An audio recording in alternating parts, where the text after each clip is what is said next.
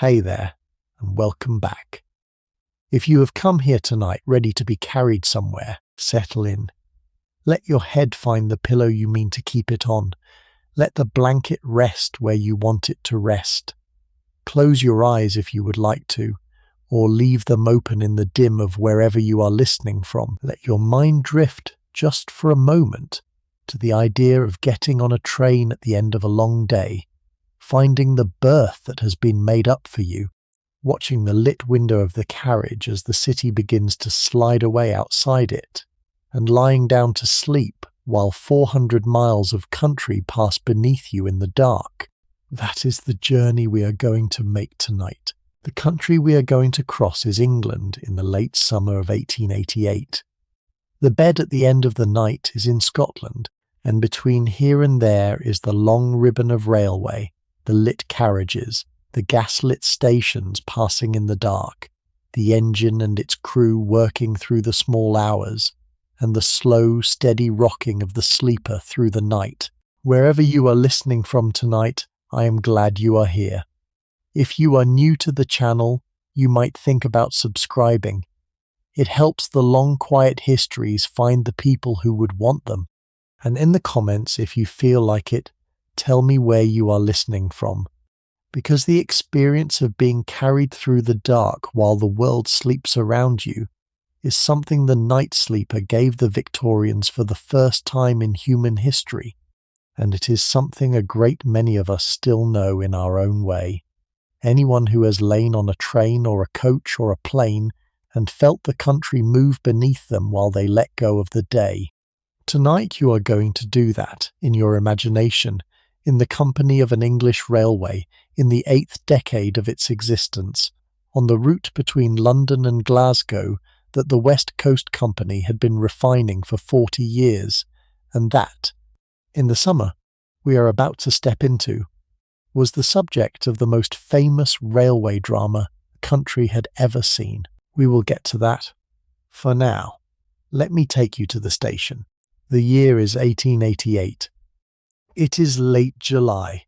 The Queen has been on the throne for 51 years, and her Golden Jubilee, the year before last, is still being talked about in the houses you would have passed on your way to Euston this evening. Mr. Gladstone is out of office, having lost his Home Rule Bill 2 summers ago. Lord Salisbury is Prime Minister. The Empire stands at something close to its full extent. The country is at peace. The cities are growing. The railways have been the central fact of British economic life for half a century, and London has become, more than any city in the world, a place that is connected by rail to everywhere else. There are 15 great railway termini ringing the centre of London, each of them the head office of a different railway company, each of them a kind of palace of arrival and departure, each of them owning its own miles of track, and its own fleet of engines, and its own peculiar architectural personality. Tonight you are leaving from Euston. Euston is the oldest of them. Euston is also, by some measures, the proudest. You arrived at Euston this evening by hansom cab, having dined early at the hotel where you have been staying for the past 3 days. The hansom cab, the familiar two-wheeled vehicle pulled by a single horse with the driver perched at the rear above and behind the passenger, was the principal way of moving across central London in 1888 for anyone who could afford the fare. The cab had been invented by Joseph Hansom in 1834, refined by John Chapman in 1836, and adopted as the standard London cab by the 1850s. By 1888 there were perhaps 11,000 hansoms in service in the city, with their distinctive lacquered black bodies and their drivers in their long coats and battered top hats, and they had become one of the visual emblems of late Victorian London. The hansom moved through traffic faster than the four-wheeled growler. The hansom protected the passenger from the weather. The hansom allowed conversation between passenger and driver through the hatch in the roof, by which fares were arranged and destinations confirmed. The hansom was, in 1888, what the taxicab would become a generation later. You had taken yours from the hotel in Mayfair. The drive across central London on a July evening, with the gas lamps just being lit along the streets and the long summer dusk still showing pale above the rooftops, was one of the pleasurable rituals of late Victorian travel. The sight of the West End shops with their last customers, the tide of evening pedestrians along Piccadilly, the cabs and carriages converging on the theatres, the distant towers of the Houses of Parliament dim against the southwestern sky. The cab had taken you up Park Lane and across Marble Arch, and along the Edgware Road and east along the New Road, and the city had been showing, as it always did at this hour, the particular character of a London summer evening, the low sun, the long shadows, the warm air smelling of horses and of coal smoke and of the dust of dry streets. By the time the cab turned into the long forecourt of Euston, the dusk had thickened into something closer to night, and the gas lamps in the streets had become the principal illumination, and the great city had begun to settle into the long routines of its evening life. The cab has set you down in the great forecourt of the station, between the two flanking lodges, and you have stepped out into a square of activity that has been gathering force since 7 o'clock. There are carriages and cabs depositing other passengers. There are porters with iron-rimmed luggage trolleys. There are gentlemen in evening dress, and ladies in travelling cloaks, and children being shepherded along by nursemaids, and the long uniformed figures of the railway servants directing the flow with the brisk authority that the railway companies trained into their men. Above all of this, framing the whole scene, rises the great Doric arch of Euston, the most famous piece of railway architecture in the country, built in 1837 to mark the entrance to the first intercity line out of London. The arch is 60 feet high. It is built of Yorkshire sandstone. It has stood here for 51 years, and it stands here tonight in the brassy gold of the gas-lit summer dusk, with the lit windows of the booking hall behind it, looking exactly like what it was always meant to look like, a triumphal entrance to a kingdom of distance. You walk through the arch. The forecourt gives way to the long approach to the booking hall. The booking hall is the Great Hall, which the Victorians built in 1849 to give Euston the kind of monumental interior that the line's importance seemed to require. It is 125 feet long. The ceiling is coffered. There is a sweeping double staircase at the far end, leading up to the meeting room of the company directors. The walls are lined with portraits of George Stephenson and Robert Stephenson and the other heroes of the early railway age. The whole space is lit by gas chandeliers hanging on long brass chains from the coffered ceiling, and the gas is turned up high tonight because the evening trains for the north are loading and the hall is full. You cross it. Your footsteps and the footsteps of every other late evening traveller make a confused echo in the stone.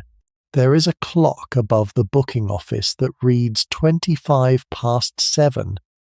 The Great Hall in its time was one of the more deliberately impressive interiors in London.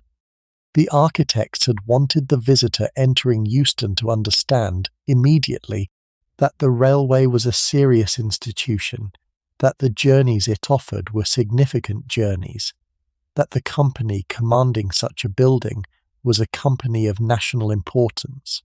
The hall achieved that. The painters and journalists who describe Euston in the 1850s and 1860s used the language usually reserved for cathedrals and palaces.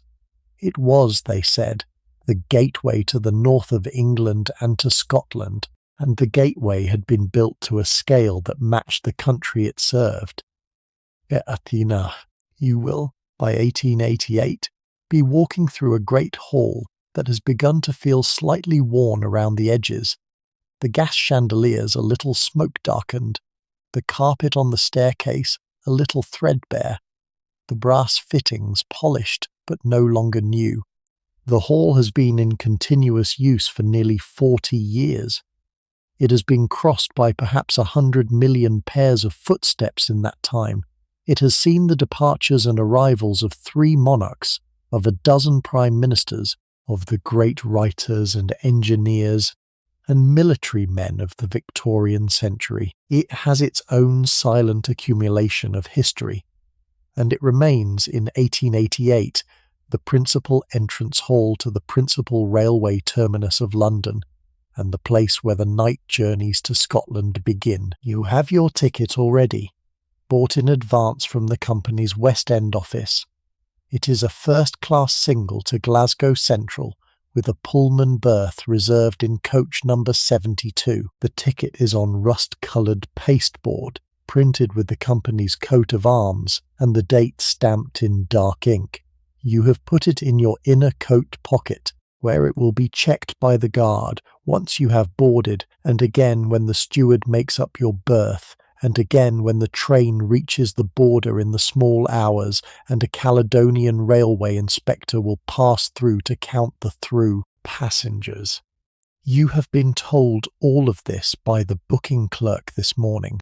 The night sleeper to Scotland has its own etiquette, and its own staff, and its own way of being travelled, and the company has refined the etiquette over the past 15 years until the journey, for those who can afford it, has become one of the most comfortable long-distance experiences in the world.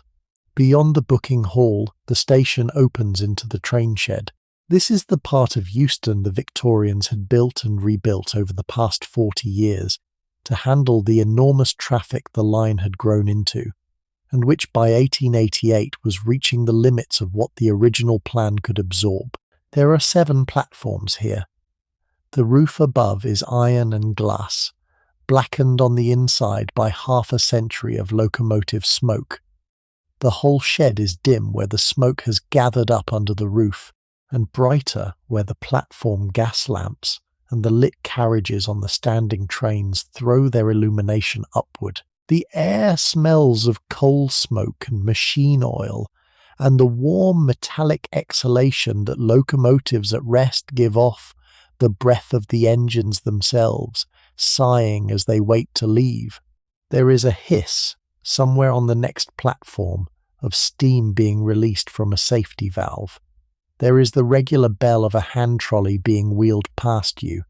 There is the call of a porter announcing the platform for the Birmingham Express. There is faintly the distant whistle of an engine in one of the goods yards beyond the passenger station, where the work of moving the country's freight goes on through the night while the passenger trains take their turn at the platforms. You find platform 13. The night sleeper to Glasgow is already drawn up. Its locomotive is at the far end, hidden in the dim where the train shed darkens toward the open mouth of the cutting, and its long line of carriages stretches the length of the platform with their windows blazing yellow into the evening. There are perhaps 14 vehicles on the train tonight.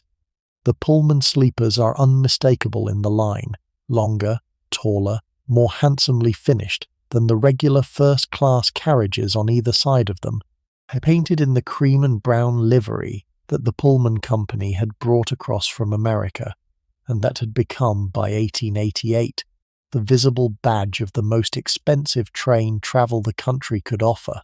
There are the dining carriage and the saloon car, also longer and more finished than the others.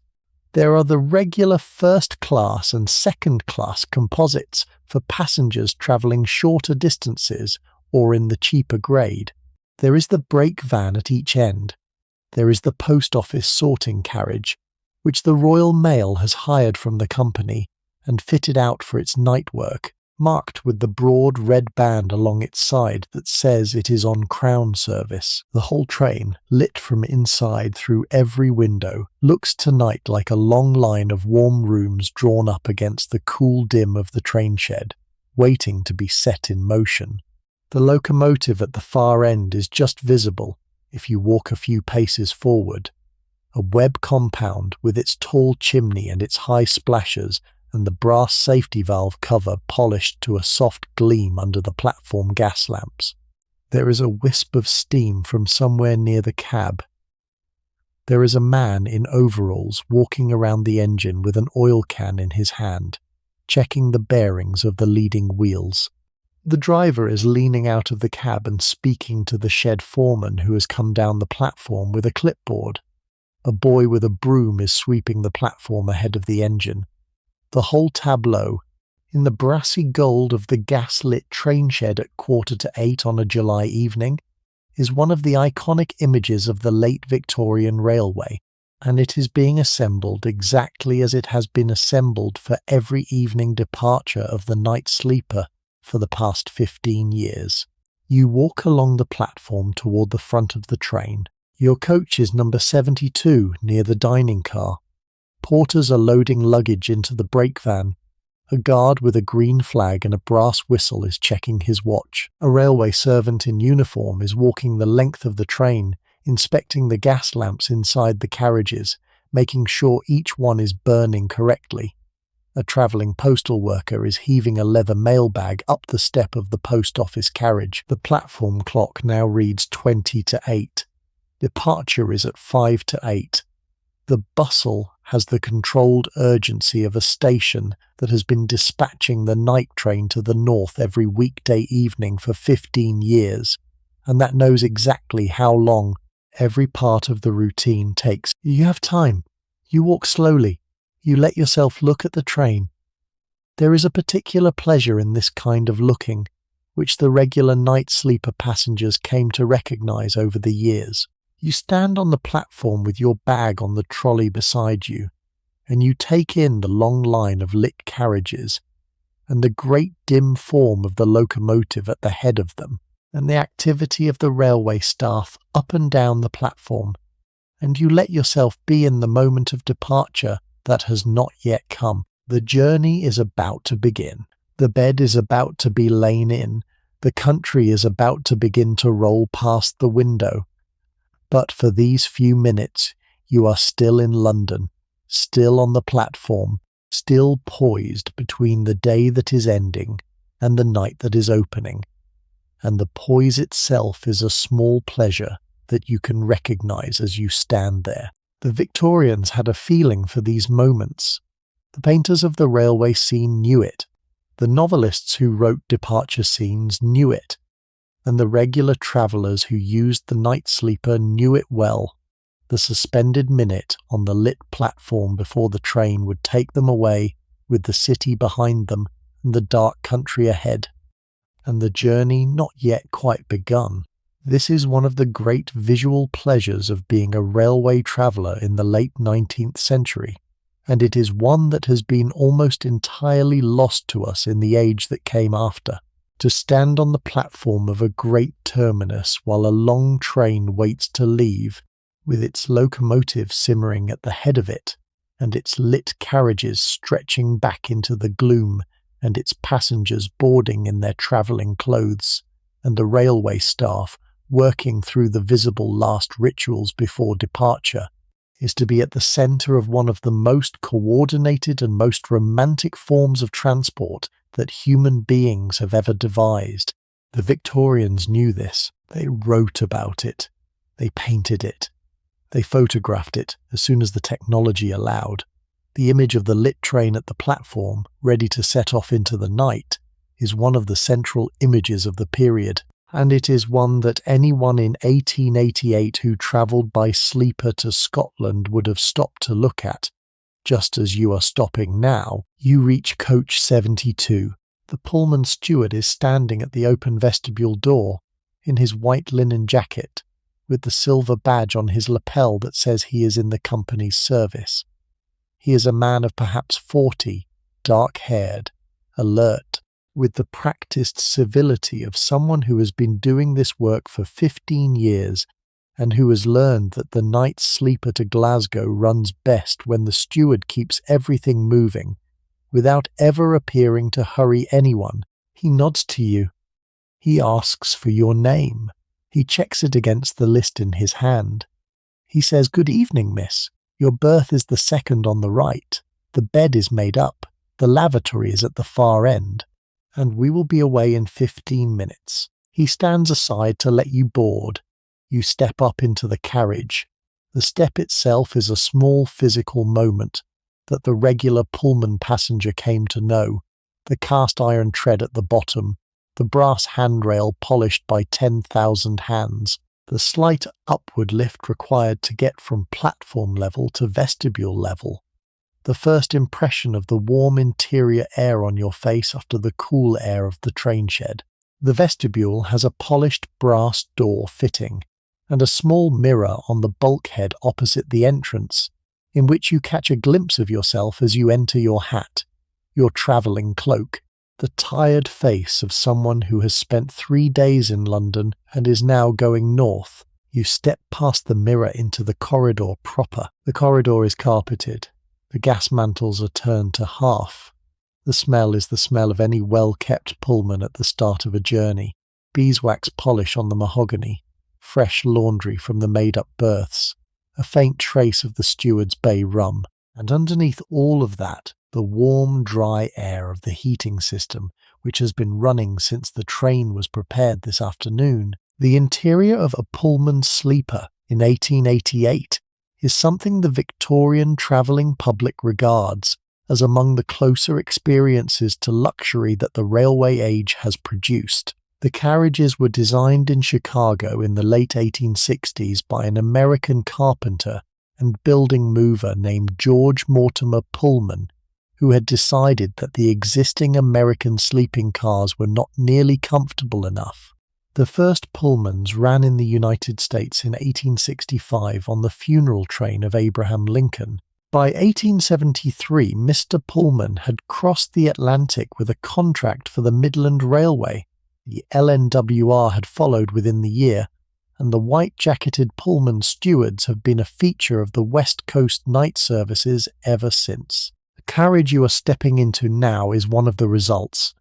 The interior runs to a long central corridor with the berths arranged on either side, separated from the corridor by varnished mahogany partitions and curtained doorways. Each berth is a private compartment, perhaps 6 feet by 7, with a bed that has been made up by the steward in clean white linen, a folding washstand with a brass tap and a basin, a hanging cupboard for clothes, a reading lamp on the bulkhead, and a bell push beside the bed for summoning the steward. The walls are panelled in mahogany inlaid with maple. The window has a heavy plush curtain in claret and a roller blind behind it. The lamp above the bed is a gas mantle in a brass fitting, with a globe of frosted glass that throws an even light over the bedclothes. The steward has turned it up halfway for your arrival. The whole compartment, lit at this level and against the cool dim of the train shed outside the window, is welcoming in a way that is unmistakable to anyone who has ever boarded an overnight train. You put your travelling bag on the rack above the bed. You take off your hat and your gloves and your coat and hang them on the hooks beside the door. The steward, having seen you settled, has gone back to greet the next passenger. You can hear other passengers boarding along the corridor. There is a man's voice, then a woman's, then the steward giving directions. There is the sound of a door being closed. There is the muffled whistle of an engine on the next platform setting off for somewhere else. You sit on the edge of the bed for a moment to take it in. The bed is comfortable. The mattress is firm in the way that railway mattresses had to be, made to absorb the running motion of a train rather than to cradle a sleeper into sinking. But the pillows are full, and the linen is fresh, and the eiderdown folded at the foot of the bed has a crisp newness about it that suggests it has been laundered today. There is a carafe of water on the washstand, and a tumbler upturned over its neck. There is a button beside the door that, when pressed, will summon the steward. There is, on a brass hook beside the bed, the long cord that connects to the communication chain running the length of the train, by which a passenger could in theory stop the train in an emergency, although the company had attached a stiff financial penalty for unjustified use of it. You get up. You step back out into the corridor. You walk the length of the carriage just to see the rest of it. There are 8 berths in coach 72. The corridor has a tall, narrow window on its outer side, looking down on the platform, and you can see the activity of the last few minutes before departure framed in each window as you pass a porter wheeling away an empty trolley, a guard speaking to the engine driver who has walked back along the platform with a torch, a woman in a fur-collared cloak being helped aboard by her steward 2 coaches down. The corridor is carpeted in a deep green, with the company's monogram woven in at intervals. The gas lamps on the corridor wall are turned down to a softer level than the lamps inside the berths. The whole carriage smells faintly of varnish and clean linen, and the warm, dry air of a vehicle whose heating system has been running since the train was prepared earlier this afternoon. You return to your berth. You sit again on the edge of the bed. You wait. The platform clock, visible through the corridor window when you stretch a little, reads 10 to 8. The departure is in 5 minutes. The train is now fully loaded. You can hear, faintly, through the open window of the corridor at the end of the carriage, the last shouts of the porters, and the last calls of the railway servants, and the brisk metallic announcements of the guard with his green flag walking the length of the platform. Then the door of your carriage closes. The vestibule between coaches gives a metallic clunk. There is a final shrill whistle from somewhere up the platform, the guard's whistle, the signal that the train is to start. There is, almost at the same instant, the answering whistle from the locomotive, deeper and more sustained. A great hooting note that fills the train shed for a long second, and then is drawn out into a falling tail as the engine moves. You feel the first lurch. The carriage shifts under you. The platform, framed in your compartment window, begins to glide away. You are off. The first lurch is one of those small mechanical events that the body remembers for years. The slack between the carriages takes up. There are perhaps 14 vehicles on the train, and each one connects to the next through a screw coupling and a buffer, and the slack in those connections has to take up in sequence as the engine begins to pull. So what your bed feels is a small forward jerk, then a half-second pause, then a slightly larger forward jerk as your carriage's couplings catch up, then the smooth pull as the whole train begins to move as a single thing. The brass fittings on the compartment shelf ring very faintly. The water in the carafe on the washstand sways once and settles. The reading lamp on the bulkhead, which is on a flexible brass mount, oscillates briefly and stills. You feel, against the small of your back where it rests on the seat back, the first sense of the train moving. The platform clock is sliding past the window. The lit windows of the great hall are sliding past the window. The lamps along the platform are sliding past faster and faster, and then they are gone, and the train is in the open cutting beyond the train shed, with the smoke of the engine rising up into the night sky above your compartment, and the lit windows of Camden Town just beginning to become visible high above the line. The first 100 yards of any train journey out of a great London terminus has a quality that no other part of the journey ever quite repeats. The carriage has not yet found its rhythm. The wheels are clicking over the points of the throat of the station, where the multitude of platform lines converges into the few outbound roads, and each click is a different note as the bogies cross a different rail. The brakes are still slightly on. The carriage is rocking laterally as it negotiates the curves of the points. The lit windows you pass on the platforms are still close enough to read the faces of the people standing at them. You have not really left.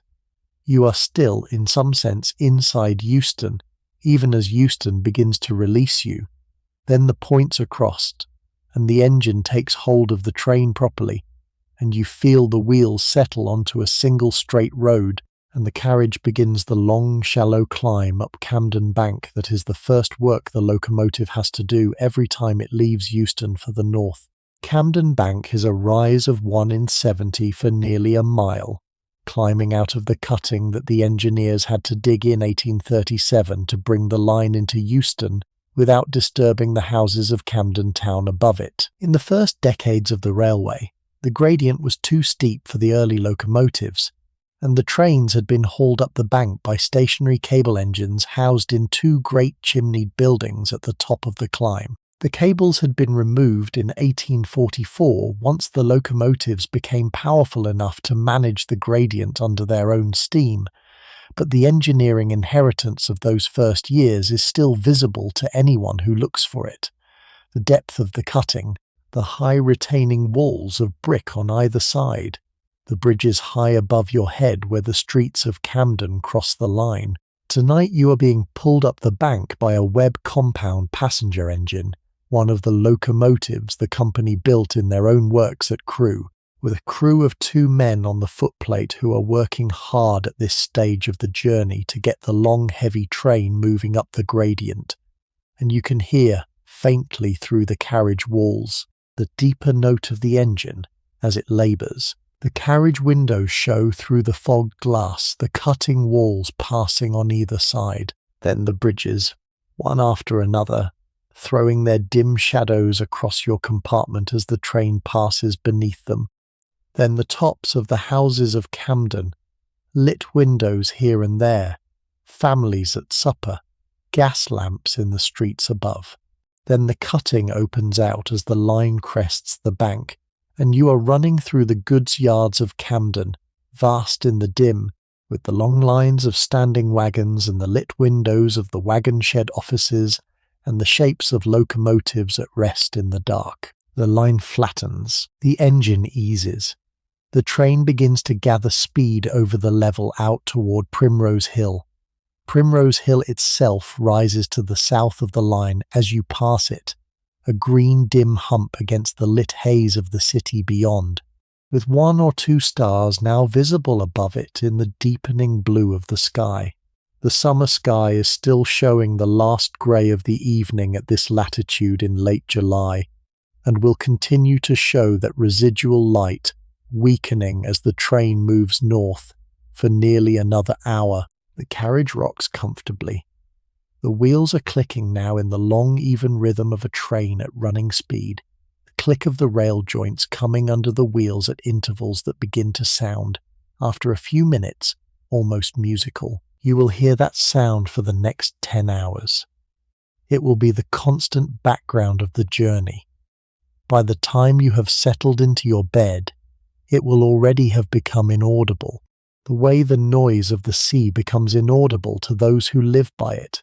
You stand up, you step out of your compartment into the corridor, you walk down the carriage to the vestibule at the far end, and you cross the connecting bridge into the next coach. The bridge has a leather concertina bellows around it, sealing the 2 carriages against the weather, and as you cross, you can feel the floor moving slightly under you, the carriages flexing against each other as the train rounds a curve. The bellows bridge is one of the engineering achievements of the era. Earlier trains had not had connecting corridors at all, and passengers had been confined to whichever carriage they had boarded for the duration of the journey, with no way of moving between them, and no access to a dining car or a lavatory. The Pullman Company, when it brought sleeping cars to England in 1873, had insisted on connecting corridors so that passengers could reach the dining and saloon cars, and the LNWR had built corridor stock for the night services within a few years. By 1888, the connecting corridor was standard on the express trains. The freedom it gave the passenger to walk the length of the train at running speed had become one of the unspoken pleasures of long-distance travel. You walk the corridor of the next coach. This is a regular first-class carriage, not a sleeper, with closed compartments instead of berths. You can see, through the corridor windows, the passengers in each one, a gentleman reading a newspaper, 2 ladies in conversation, a sleeping child laid out across his mother's lap, illuminated by their own gas lamps as the night runs past the window beyond them. The corridor smells of cigar smoke at the door of one of the smoking compartments. There is the muffled clack-clack of the wheels under the floor. The train is now running level and at speed, and you have to put your hand against the corridor wall as you walk to keep your balance against the slight roll of the carriage. You cross another vestibule. You enter the dining car. The first thing that meets you is the smell. The dining car at this stage of the evening smells of hot roast meat, of fresh bread, of butter melting on potatoes, of the burnt sugar warmth of the bread baskets, of red wine in glasses on white linen, of the faint cigar smoke drifting through from the smoking compartment a coach back, and underneath all of that, the metallic note of the gas lamps, and the coal-fired range somewhere ahead at the galley end. The second thing that meets you is the sound. The room is full but not loud. The murmur of perhaps a dozen conversations going at once. The chink of silver on china. The slight rocking ring of glasses against the rocking of the carriage. The regular click of the wheels under the floor sounding very faintly through the carpet.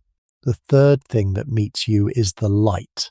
The brass-shaded reading lamps on each table throw a warm circle of light onto the white linen and the silver, and the gas mantles overhead provide a softer general illumination over the whole car, and the effect is the effect of any well-run dining room at evening, except that the room is moving and the country is dark outside the window. The dining car of the night sleeper to Scotland in 1888 was, by the standards of railway travel anywhere in the world, a remarkable thing. The first dining cars on a British train had run only 9 years before, in 1879, when the Great Northern Railway had introduced them on the East Coast route to Leeds and York.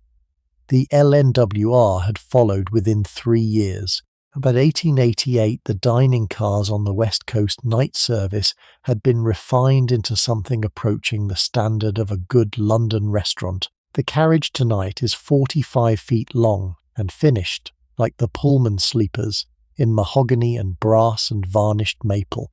The tables are arranged in twos along the central aisle, set with white linen and silverware, bearing the company's monogram, with a vase of fresh flowers on each table and a brass-shaded reading lamp lit on the bulkhead beside it. There are perhaps a dozen passengers already seated, dining at varying stages of the meal. There are 3 waiters in white jackets working the length of the car, 2 from the kitchen end, and 1 who attends the tables nearer the saloon. There is a faint smell of roast meat, and of the bread baskets that have been brought out warm from the galley. The carriage rocks comfortably as it runs, and the silver and the glass on the tables ring very faintly with the motion, in a music that no other dining room in the world produces. You are shown to a table. The waiter brings the printed menu. The menu is the regular night service bill of fare, 4 courses with a choice at each, printed in good copperplate on heavy card. There is an oxtail soup and a clear consommé.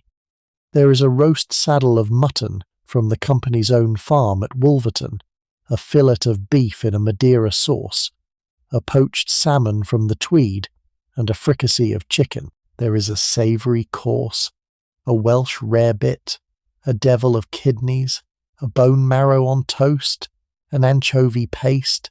There is a dessert of cherries in brandy, or a charlotte russe, or a crystallized ginger. There is a short wine list, a claret, a hock, a champagne, a dry sherry. The prices are reasonable for what is being offered.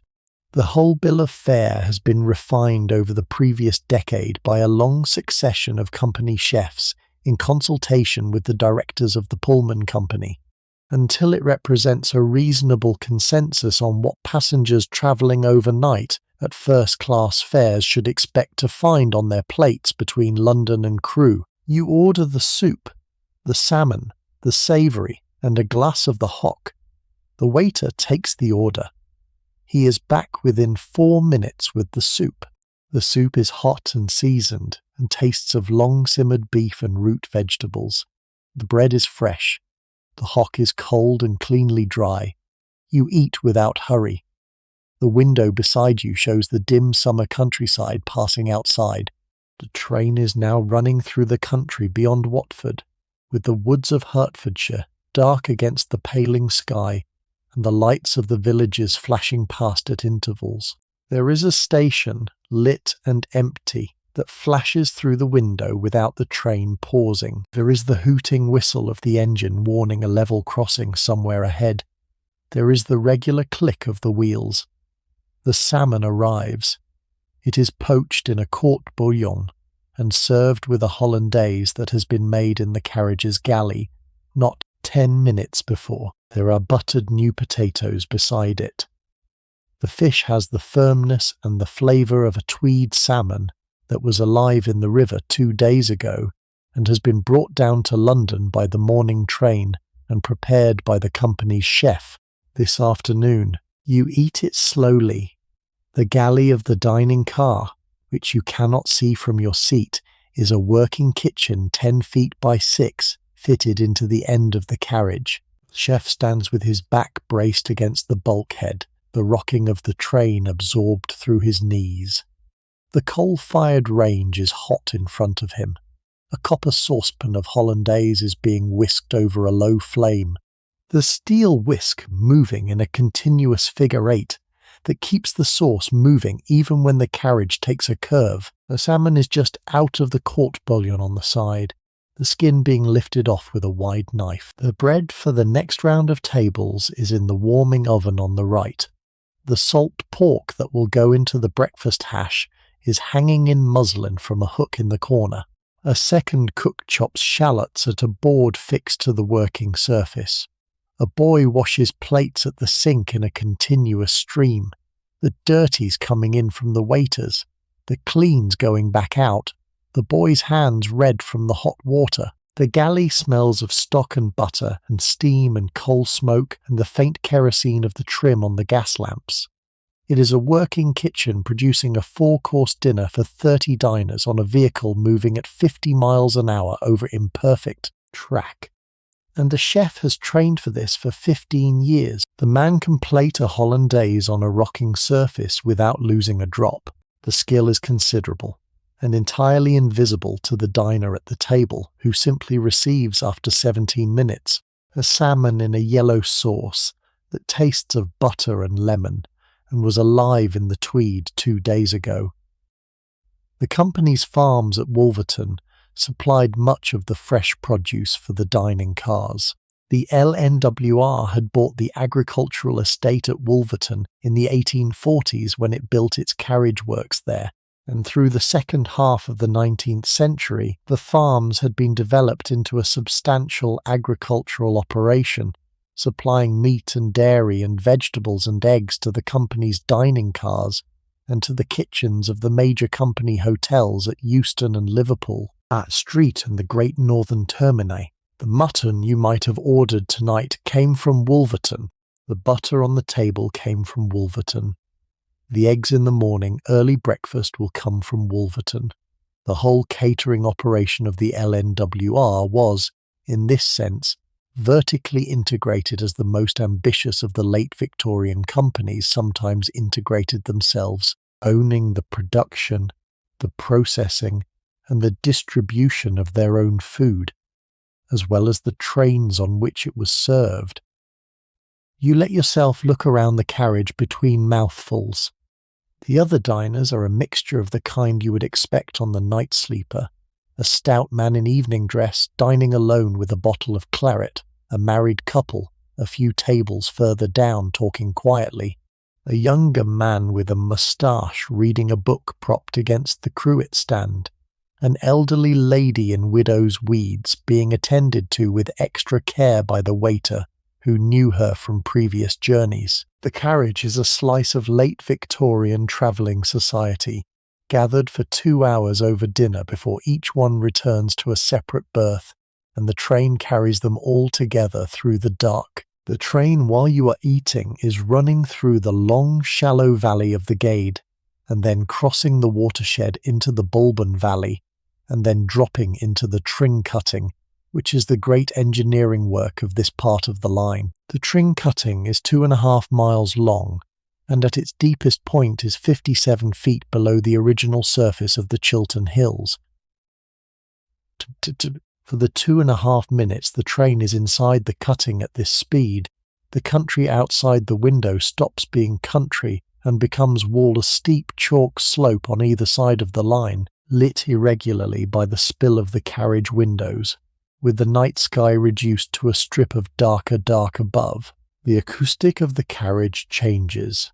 The sound of the wheels, which has been escaping into open country, now bounces off the cutting walls and comes back into the carriage with a different note, slightly fuller, slightly closer. The way the sound of a road changes inside a cutting on any railway anywhere. The waiters in the dining car compensate without noticing. You do the same. Then the cutting ends, the walls fall away, the sound opens out, and the train is in open country again on the descent toward Aylesbury. It was dug between 1834 and 1838 by Robert Stevenson's men, using nothing more than picks and shovels and gunpowder and horse-drawn tip wagons. And the spoil was carried out in such enormous quantities that it built up the embankments on either side of the cutting for miles. To stand at the lip of the cutting in 1838 had been to look down into a man-made canyon that was, at the time, one of the largest excavations of any kind in the world. Tonight you cross the cutting in your dining car at 50 miles an hour with a glass of hock in your hand, and the work of the Stevenson navvies is so completely absorbed into the landscape that you would have no way of knowing, from the carriage window, that you are passing through one of the great earthworks of the early Industrial Revolution. The savoury arrives. You have ordered the bone marrow on toast, which the company chef does well, and which goes admirably with the last of the hock. You eat it slowly. The marrow has been roasted in the bone and lifted out with a long, thin spoon by the waiter, who has spread it on the toast at your table in front of you, with a single grind of black pepper from a mill kept on the side service trolley, and a small wedge of lemon on the side of the plate. The fat of the marrow has melted into the toast and made it crisp underneath and soft on top.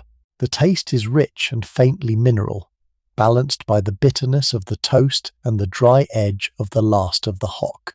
It is a savoury of a kind that the late Victorian dining tradition perfected, neither sweet nor heavy, intended to close the mouth on a cleaner note than the main course alone would have left, and the company chef on the Night Sleeper does it as well as any club in London. The waiter clears the salmon plate and refills your wine glass. He asks if you will take coffee. You say you will. The coffee comes in a silver pot, with hot milk in a separate jug, and a dish of crystallized sugar. You sit with the coffee for some minutes, watching the country pass outside, listening to the regular click of the wheels under the floor of the carriage, feeling the slight motion of the train against your shoulder where it rests on the upholstered back of the seat. The train passes Leighton Buzzard. The lights of the small town flash past in a tracery of gas lamps along the high street that you can see for a moment through a gap in the trees, and then not at all. There is a station that flashes through, lit and empty, with a porter just visible on the platform watching the express run through. There is the long sweep of the line down over the Vale of Aylesbury, where you can see, very faintly in the deepening dim, the dark shape of the Chilterns now receding behind you in the south. You finish your coffee. You ask the waiter for the bill.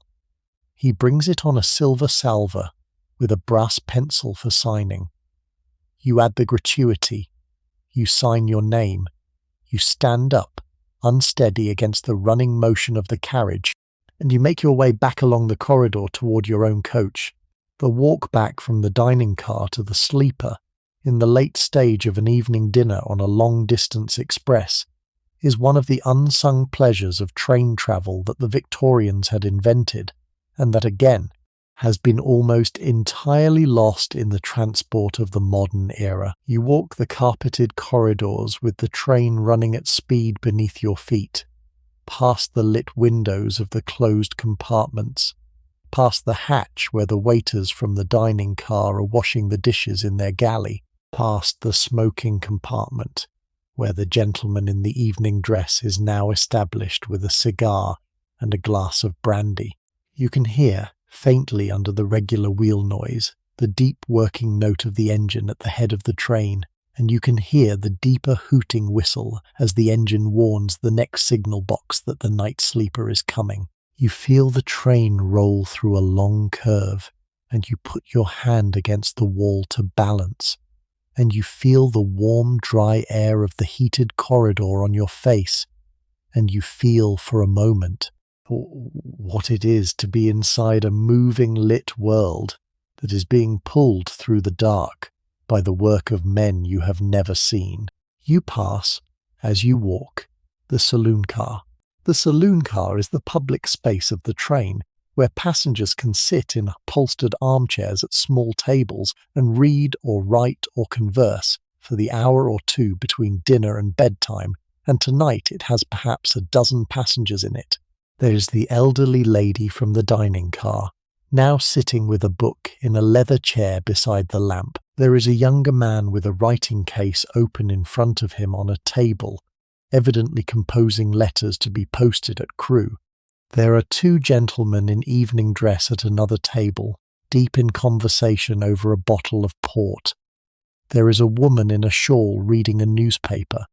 The saloon car is, in its quiet way, the social centre of the night sleeper, and the passengers who use it are taking advantage of one of the more civilised features of long-distance railway travel, the ability to spend the evening in a comfortable public room while the country runs past outside before retiring to bed.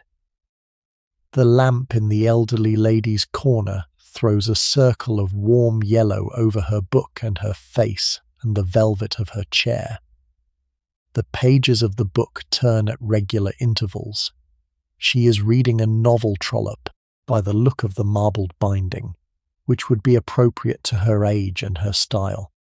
The younger man with the writing case is writing in pencil, his hand braced against the rocking of the carriage, his face concentrated on the line he is composing. The two gentlemen with the port are leaning toward each other over the table to be heard over the wheel noise. One of them laughs at something the other has said. The laugh carries down the saloon, for a moment, then is absorbed back into the general hum. The woman in the shawl turns a page of her newspaper. The whole car has the atmosphere of a comfortable London club at evening, transposed onto a moving vehicle, and the passengers using it have, in many cases, paid the additional Pullman supplement partly for the privilege of spending the late evening in exactly such a room rather than alone in a closed compartment. You walk through it without stopping. You are tired. You want your berth. You return to your berth. The steward has been by while you were at dinner. The bedclothes have been turned down. The reading lamp has been lit at its lowest setting. There is a clean glass on the washstand and a silver tray on the bedside table, with a biscuit and a slice of orange, which the company provided to passengers in the night sleeper as a courtesy on long journeys. The compartment is now arranged for sleep.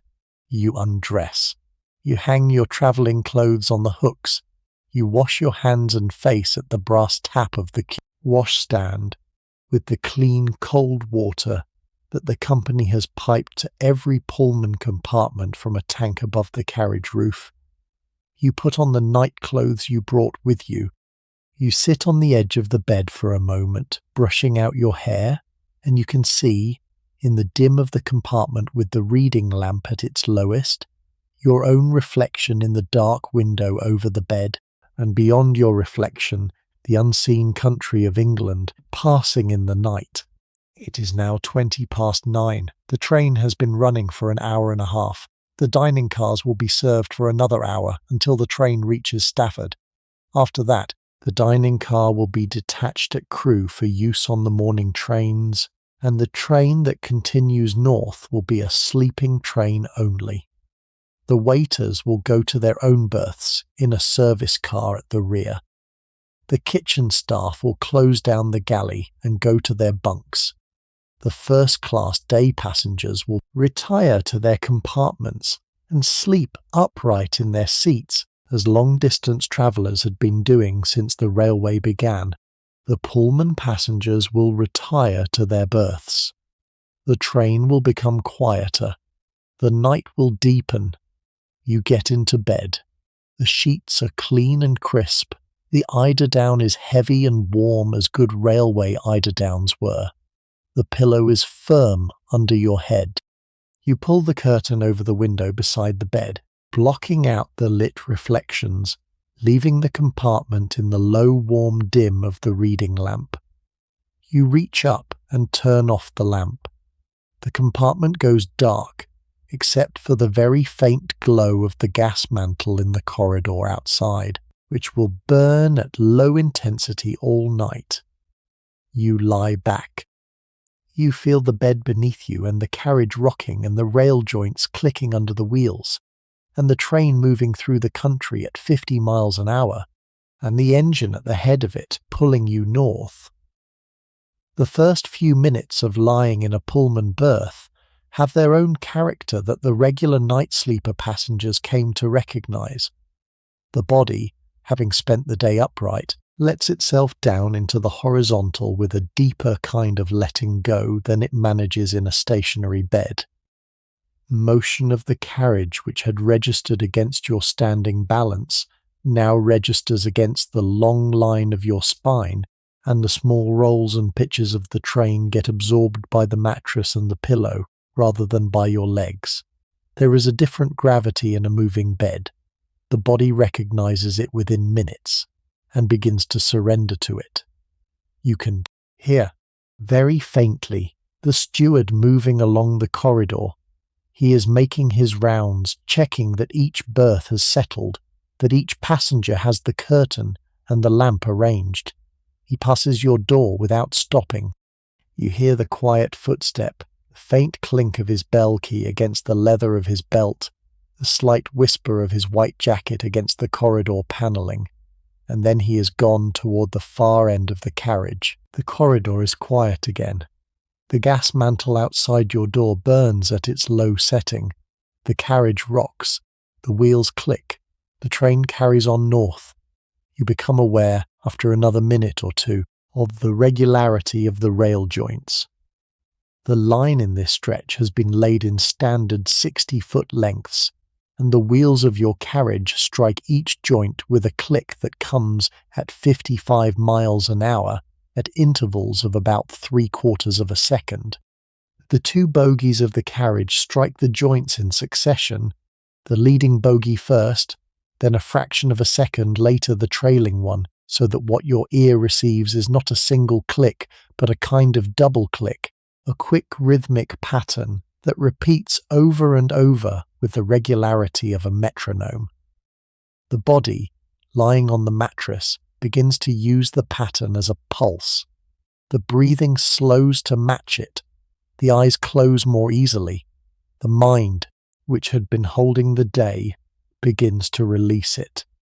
You are not asleep yet. You are in that state common to anyone who has lain down on a moving train, where the body is settling but the mind is still aware of what is happening, of the unfamiliar room, of the motion of the floor, of the regular sound of the wheels, of the dim and the warmth, and the strangeness of being in bed and travelling at the same time. You let yourself listen to the wheels.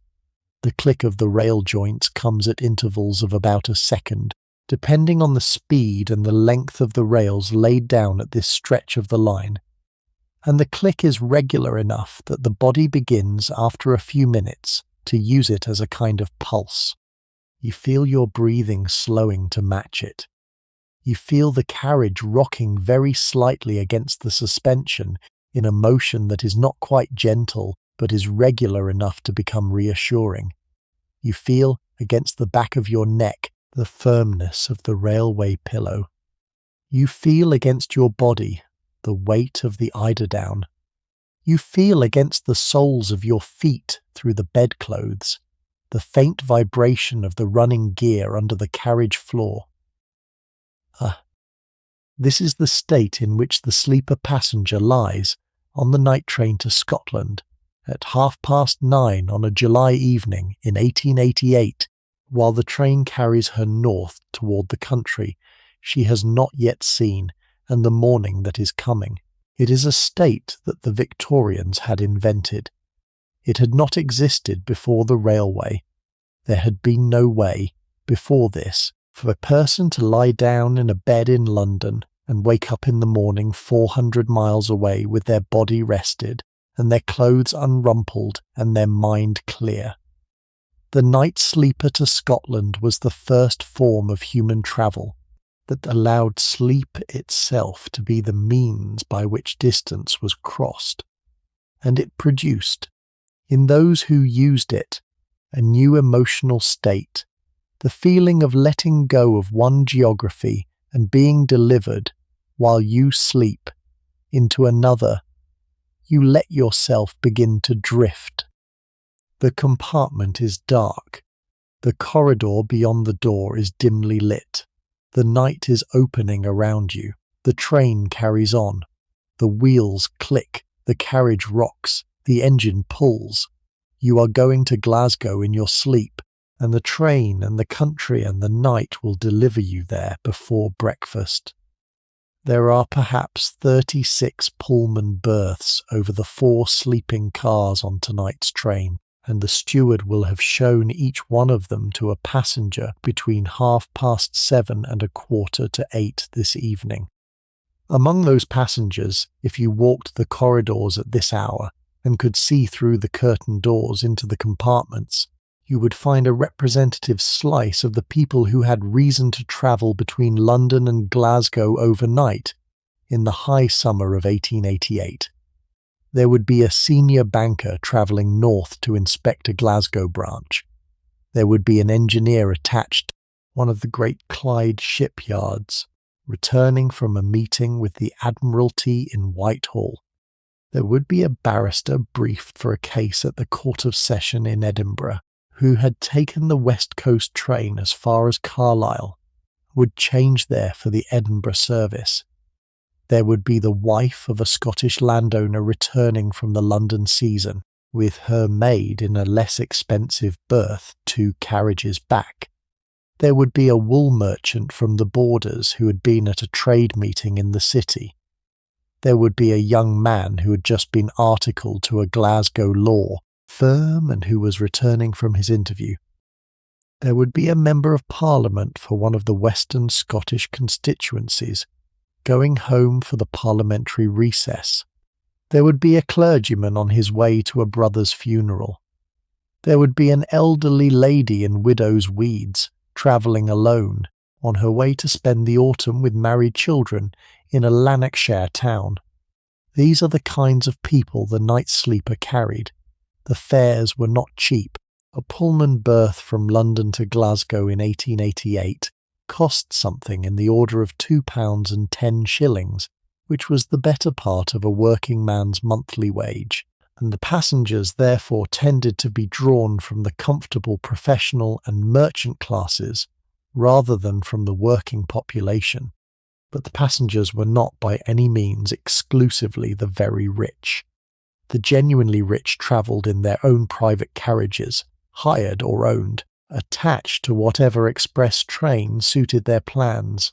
The Pullman public was the broad band of professional people who had legitimate business in both ends of the country, and who could afford comfort but who were not, in most cases, of the aristocracy. It was a working public, in a sense, a public that used the night sleeper because it allowed them to combine a working day in London with a working day in Glasgow, with a comfortable sleep in between, in a way that no other form of transport could offer. The ordinary first-class compartments further down the train held a different population. The passengers there had paid the regular West Coast first-class fare, which was about half what the Pullman fare cost, and they would sleep in their seats upright against the upholstered back of the compartment, perhaps with a travelling rug across their knees and a thin pillow against the partition. The second-class compartments held a still cheaper class of passenger, sleeping in less padded seats. The third-class compartments at the rear of the train, mainly used by working people travelling overnight for short stretches of the route, were populated with men in working clothes and women with cloth bags and children laid out across the wooden benches with their heads on their mothers' laps. The class system of the train was the class system of late Victorian Britain in concentrated form, with the population stratified by what they could pay, and the comfort of the journey calibrated accordingly. The night sleeper had its own folklore. The senior commercial men who used the route regularly knew the schedules and the engine sheds and the names of the senior drivers. They knew which Pullman cars rode best. The older cars built in Chicago, some of them said, were better engineered than the later British-built equivalents. Although the British carriages were finished to a higher standard, they knew which berths in each car were quietest. They knew the menu in the dining car well enough to order without consulting the printed bill. They knew the steward by name on the trains they used regularly. The night sleeper was, for the long-distance commercial traveller of late Victorian Britain, almost a second home, and the camaraderie of regular travellers was a real thing. There were men who had been using the West Coast night sleeper twice a week for 15 years, and who knew more about the route than any of the railway employees who served them, and who would remark on variations in the running time or the engine performance in the way that a regular customer of a London restaurant would remark on changes in the menu. There were also the famous travellers. The night sleeper to Scotland was used regularly by prime ministers, by senior politicians, by judges, by bishops, by industrialists, by writers, by artists, by actors. Mr. Gladstone had taken the West Coast night sleeper to Hawarden Castle, his home in Flintshire, on countless occasions during his long career. Mr. Disraeli had used it less often, having less business in the north, but had used it. Lord Salisbury, the present Prime Minister, used the train when business required. Mr. Henry Irving, the great actor-manager of the Lyceum Theatre, took the night sleeper when his company toured the major Scottish cities, as did the leading actors of his troupe, Ellen Terry, Bram Stoker, the whole supporting cast of his great Shakespearean productions.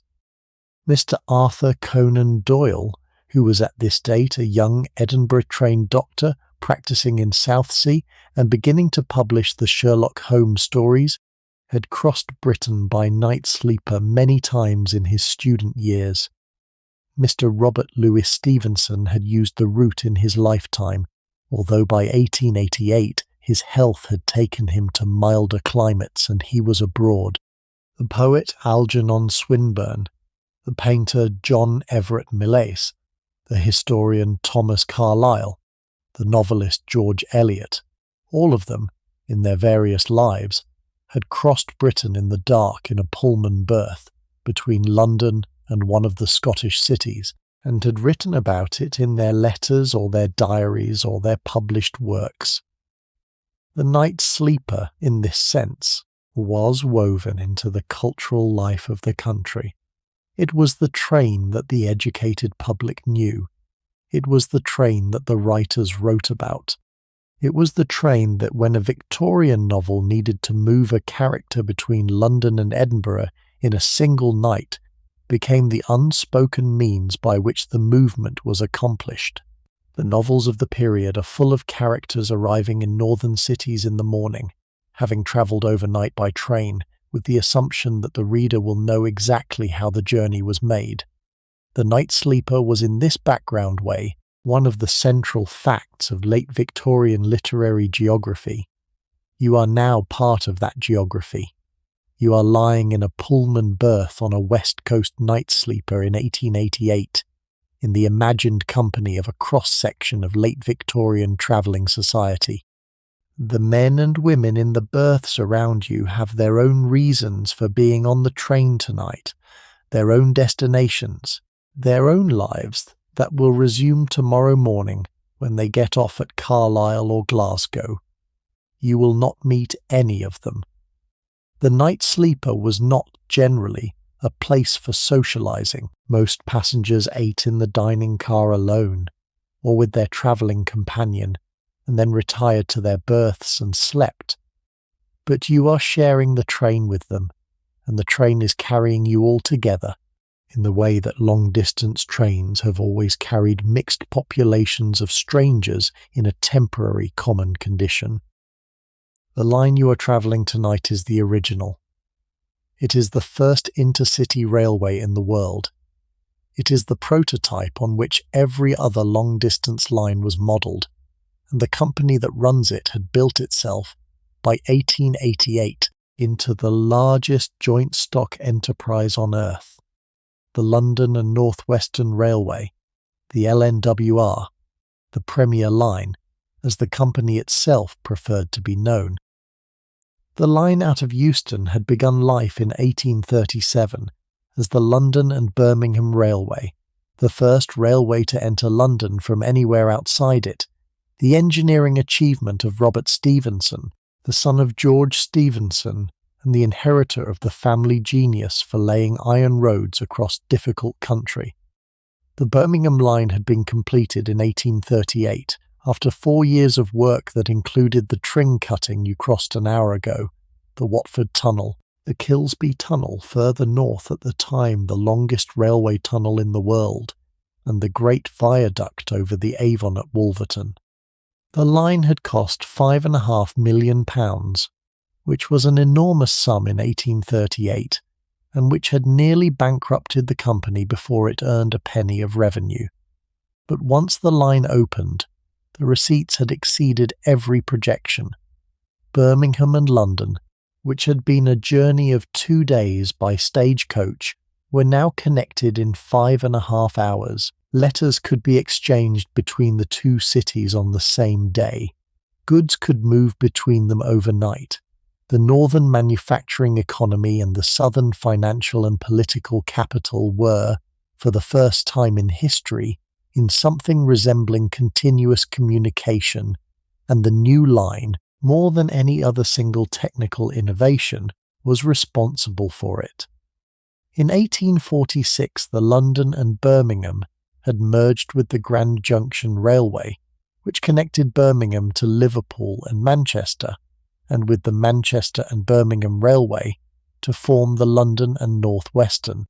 The merged company immediately became the largest railway in the country and one of the largest commercial enterprises of any kind in the world.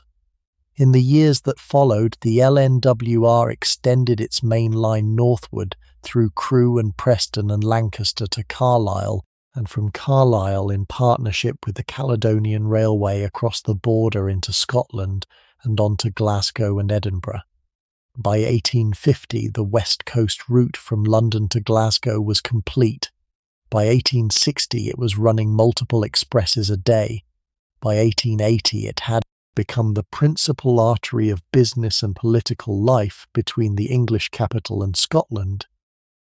The company's headquarters were at Euston, in the offices behind the great hall you walked through earlier. The works where the company built its own locomotives were at Crewe, in Cheshire, where the village of Crewe had grown into a town of 40,000 people, almost entirely because of the railway. The carriage works were at Wolverton, where the company's farms also raised the meat and produce served on the trains. The company employed over 70,000 men by the late 1880s. It owned 2,000 miles of track. It ran nearly 5,000 trains a day. It was by every measure the largest joint stock company that had ever existed. and the West Coast night sleeper to Scotland was its flagship service. The locomotive at the head of your train tonight was built at Crewe Works in 1885. It is a Webb compound designed by Francis William Webb, the company's chief mechanical engineer, who had taken over the works in 1871 and who across the past 17 years had developed his own peculiar theories about how locomotive cylinders should be arranged. A compound locomotive uses high-pressure steam in one set of cylinders and then lets the same steam pass into a larger low-pressure cylinder before being exhausted, gaining additional work from the same volume of steam. Mr. Webb's compounds had been a subject of long argument among British locomotive engineers. Some thought them remarkable, others thought them needlessly complex. They had become the standard express engine on the West Coast night services, and they were what was hauling you north tonight. The driver was a man called Driver Robinson, who had worked for the company for 31 years, and who held one of the senior driving positions at the Camden engine shed. His fireman was a younger man called Fireman Carruthers. Between them tonight, they had to keep the engine working at the pressure for 10 hours of express running, with one engine change at Crewe and another at Carlisle, and they had to do it in the dark. On a route the senior man knew so completely that he could call out the names of the signal boxes by their order on the line without looking at his watch. Drivenson has the regulator, and Fireman Carruthers has the shovel, and between them, in a cab open to the night wind, they will hold the train to its scheduled timings until Crewe. That summer, the summer you are travelling through, was the summer of the race to the north. The West Coast Company has been racing the East Coast Company over these very rails for the past month, and the country has been watching, and the timings of the night services that the public could read in the newspapers each morning have been the subject of more conversation in the coffee houses of London and the gentlemen's clubs of Edinburgh than any other single piece of news in the pub. Night travel in the 18th century. On the same general route between London and Scotland had been the stagecoach. The fast mail coaches from London to Edinburgh and Glasgow had been running since 1786, when John Palmer's reform of the postal service had introduced regular overnight mails on the major routes, and by the end of the 18th century the timetabled mails were the fastest way of crossing Britain. They ran at perhaps 8 or 9 miles an hour on good roads, with horses changed every 10 miles at a coaching inn, and the journey from London to Glasgow took about 60 hours of continuous travel.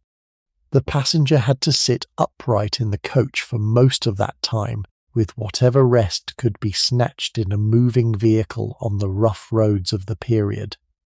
There were halts at the principal inns for meals and for the changing of horses, but the coach moved by night as well as by day, and a passenger who took the through service from London to Glasgow would have had perhaps 2 nights of broken sleep, sitting up in his seat before he arrived. The journey was exhausting, the journey was expensive, the journey was uncomfortable, and the journey was, by the standards of any earlier century, almost miraculously fast. Before the mail coaches, the journey had taken longer. The postboys riding with the mail bags in the 17th century had taken 8 or 9 days from London to Edinburgh. The merchants and travellers who went by less urgent means had taken 2 or 3 weeks. The Romans, who had built the original road network, had moved at the speed of a marching legion, perhaps 15 miles a day, and a journey from Londinium to Eboracum had taken a fortnight at the least. For most of human history in Britain, the 400-mile journey from the south to the north of the country had been a serious undertaking that consumed weeks of a person's life, and that was attempted only when the reasons were sufficient. What the night sleeper had done in 1888 was to compress that journey into a single overnight session in a comfortable bed. The compression was almost beyond what the imagination could absorb when you compared the experience to what had gone before. A merchant in 1788 making the same journey would have left London in late summer, taken 2 months to reach Glasgow and conduct his business and return, and would have lost perhaps a stone in body weight from the rigours of the road. A merchant in 1888 left Euston after dinner on Monday and was back in his London office by Wednesday morning. The intervening time he had spent largely asleep, in a bed cleaner than the one in his own house. The economic value of the night sleeper to the late Victorian commercial economy was, in this sense, enormous, and the businessmen who used it knew it. It was also one of the great democratic achievements of the period, in a quiet way. The journey from London to Scotland, which had been the privilege of the wealthy or the exceptionally determined throughout most of British history, had become accessible to anyone with the price of a third-class ticket. A working family in 1888 could afford the fare from London to Glasgow at third-class rates if they planned for it, in a way that a working family in 1788 could not. The third-class passengers slept upright in wooden-seated compartments rather than in Pullman berths, but they got there overnight nonetheless, and they got there at a cost that was within the reach of ordinary working people. The whole population had been brought into the railway age, and the night sleeper in its various classes was one of the most visible expressions of that. The race to the north, when it came, was therefore a kind of late Victorian dramatic play within an institution that had already become quietly central to British life. The story of the race to the north begins, in a sense, with a long-standing rivalry between the two great trunk routes from London to Scotland. The West Coast route runs out of Euston, up through Rugby and Crewe and Preston and Carlisle, and into Scotland through Beatock and Lockerbie and Motherwell to Glasgow. The East Coast route runs out of King's Cross, up through Peterborough and Doncaster and York and Newcastle and Berwick, and into Scotland by the coast through Dunbar to Edinburgh. The two routes are roughly the same length. The West Coast is 400 miles to Glasgow, the East Coast 400 miles to Edinburgh, and they had, since the 1850s, been competing for the lucrative business of long-distance passenger traffic. Both companies ran daytime expresses to Scotland, both ran overnight sleepers, and both had been gradually improving their services across the past 3 decades. But until the summer of 1888, neither company had attempted to advertise its journey time aggressively. There had been a kind of unspoken truce. Both companies advertised their daytime expresses at 10 hours from London, and neither tried to undercut the other. The night sleepers had similar timings. The arrangement had been comfortable, the customers had been satisfied, and the two companies had divided the Scottish traffic between them along geographic lines, the West Coast for Glasgow and the Western Highlands, the East Coast for Edinburgh, and the East Coast of Scotland. The truce broke in June 1888. The East Coast Company, in a piece of competitive aggression that startled the railway world, announced that it was cutting the daytime journey time from London to Edinburgh from 10 hours to 9 by accelerating the schedule and by reducing the number of stops.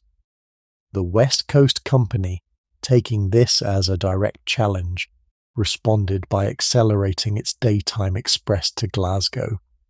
The East Coast cut its time again. The West Coast cut again. By the end of June, the West Coast had brought its London to Glasgow time down to 9 hours flat. By the middle of July, the East Coast had brought London to Edinburgh down to 8 hours and 40 minutes. By the end of July, the West Coast had brought London to Glasgow down to 8.5 hours, and the country was reading the daily timings in the morning newspapers and laying wagers in the clubs on which company would crack first. The race, while it was occurring, was both exhilarating and faintly alarming to anyone who knew anything about railway operation.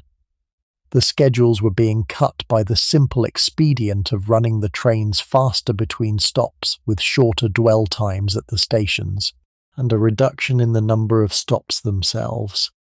There were no significant improvements in the engines, or the track, or the signalling. The men and the machines were simply being asked to perform at a higher level. The drivers were being given timings that left almost no margin. The firemen were having to maintain higher boiler pressure for longer stretches. The signalmen were having to clear the road earlier. The whole system was being run by the high summer of 1888 at something close to the maximum it could safely sustain. Tonight, on the night sleeper to Glasgow, you are not strictly part of the racing. The day expresses are the racers, the 10 o'clock from Euston and the 10 o'clock from King's Cross, both of them flying north through the daylight hours with their crowded compartments full of businessmen and politicians and journalists watching the milestones tick past. The night sleeper has its own separate schedule, but the night sleeper on the west coast tonight is being driven by the same crews who are running the day expresses, and the engine you are riding behind has been chosen because it is one of the fastest in the company's stable, and driver Robinson knows that the timekeeping he produces tonight will be discussed in the locomotive shed tomorrow alongside the timings of the day train. There is a competitive tension, even in your bed, as the train climbs out of the Vale of Aylesbury and gathers speed across the Bedfordshire plain. The race itself, by the way, will end 6 weeks from now, in the second week of August, when the directors of the two companies will meet in London at the Reform Club and agree to a gentleman's truce. The exhausting pace cannot be sustained without serious risk to safety. There has been one minor derailment near Doncaster on the east coast, a near miss on the west coast at Wigan. The newspapers, having celebrated the race for 2 months, are beginning to write articles asking whether public safety is being put at risk for the sake of competitive prestige. The directors agree to fix the daytime journey time to Glasgow and Edinburgh at 8 3/4 hours, slightly slower than the fastest racing times, and to abandon further competition on speed alone. The night sleepers will continue at their existing schedule. The race will be remembered by the railway historians who write about it later as one of the most exciting episodes in the history of British railway competition, but also as a moment when the country had nearly pushed its railway system past what it could safely do. The newspapers through the summer of 1888 had been carrying daily reports on the racing in their morning editions, with the previous day's running times for both routes printed alongside the football results and the cricket scores, and the public following the contest with the kind of attention that they would later give to a national sporting event. There were jokes in Punch about it. There were leaders in the Times. There were popular ballads about it being sung in the music halls of London and Glasgow and Edinburgh. The race had become, briefly, the principal piece of national entertainment, and the West Coast and East Coast trains had become, in the imagination of the country, almost living characters in a serial drama, with the drivers and firemen as the heroes of the piece. Driver Robinson, who has just brought your train as far as Crewe, has had his name printed in the morning papers more than once over the past month, and is recognised in the streets of Camden, where he lives, by neighbours who know that he has been at the controls of some of the fastest runs of the racing year. And the train has continued its work while you have been lying there. It has run through Bletchley, through Wolverton, with its great carriage works lit up beside the line. It has run through Road and Blisworth, and the long climb of the Northamptonshire uplands. The country outside the curtained window of your berth has flattened, then risen, then flattened again. The villages that pass in the dark are now showing only 1 or 2 lit windows each. The country families have gone to bed, and only the occasional cottage of a railway worker or an innkeeper or a doctor still has a lamp burning. The train sweeps through the silent dark of the late summer night with the steady forward motion that the body, lying in bed, has now begun to interpret as the natural condition of the world. To be still is no longer the natural condition. To be moving is you are not yet asleep, but you are no longer fully awake. You are in the long pleasant interval between where the body is settled and the mind is releasing its hold, and the wheels are clicking, and the carriage is rocking, and the engine far ahead is working its long way through the dark. Far ahead of where you are lying, at the front of the train, the cab of the locomotive is hot and open and loud. The wind tears through it at 50 miles an hour. The firebox door swings open every 2 minutes and throws a wash of orange light over the 2 men working there, then bangs shut and leaves them in the dim glow of the gauge lamps. Driver Robinson stands on the right side, hand on the regulator, eyes on the road. Fireman Carruthers stands on the left, shovel in hand, watching the gauge glass and the pressure dial and the back of the firebox he has just fed. The cab has only a partial canopy overhead and no proper protection from the wind or rain or coal smoke. The heat of the firebox makes the leeward side almost unbearable when the door is open. The wind keeps the windward side cool even in July. Driver Robinson, between signal sightings, watches the road ahead. Every curve and gradient and lit signal arm memorized over 31 years, the green and white and red points of light a quarter of a mile ahead picked out against the black of the country, the decisions about regulator and brake taken on what he sees through his own smoke. He has been at this job longer than Fireman Carruthers has been alive. Fireman Carruthers lifts another shovelful from the tender behind him and throws it through the firebox door. He will lift 4 tons of coal between London and Crewe, 100 weight every 5 or 6 minutes, the shovel placing each load on the part of the grate where the fire has thinned. His face is already smoke-blackened. The cloth round his neck is wet with sweat and coal dust. His shoulders ache from the lifting. He has a calloused right hand from the shovel handle. His grandfather was a navvy on the Liverpool and Manchester in the 1830s. That was retired from the Crewe works. And the railway is the family trade that has lifted 3 generations out of agricultural labour into a working life of skill and a regular wage. The 2 men will be relieved at Crewe by another crew, who will take the train the next stretch to Carlisle. They will be home with their wives and children before noon tomorrow. Your journey tonight is the trip they did on the night of the 25th of July, one of perhaps 300 trips they will do in the year, and they will not see you, and you will not see them. And your bed and their shovels are joined for 10 hours by the iron of the rails and the hot steam in the cylinders.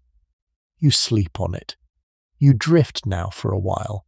You are not yet asleep, but you are no longer thinking in the deliberate way that being awake requires. You are inside the long, shallow zone of beginning sleep, where the wheels click and the carriage rocks, and the dim of the corridor outside your curtained door seeps into the awareness, only as a faint regular reminder that the train is still moving, that the night is still going on, that the country is still passing in the dark beyond the curtain. The train is now running through the long Northamptonshire and Warwickshire stretches of the route.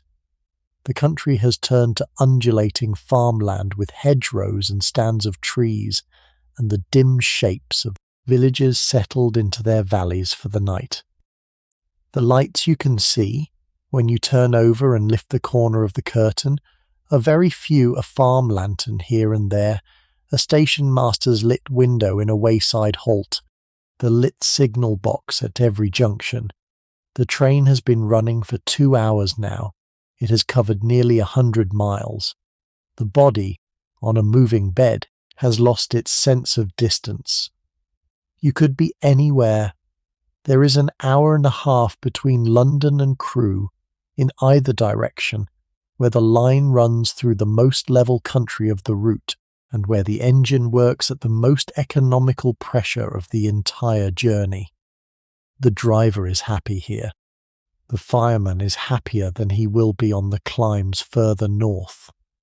The train runs at a good steady 55 miles an hour, taking the curves at full speed, because there are no significant curves to negotiate, and the only break in the rhythm is the regular hooting whistle, as the engine warns the next signal box of its approach.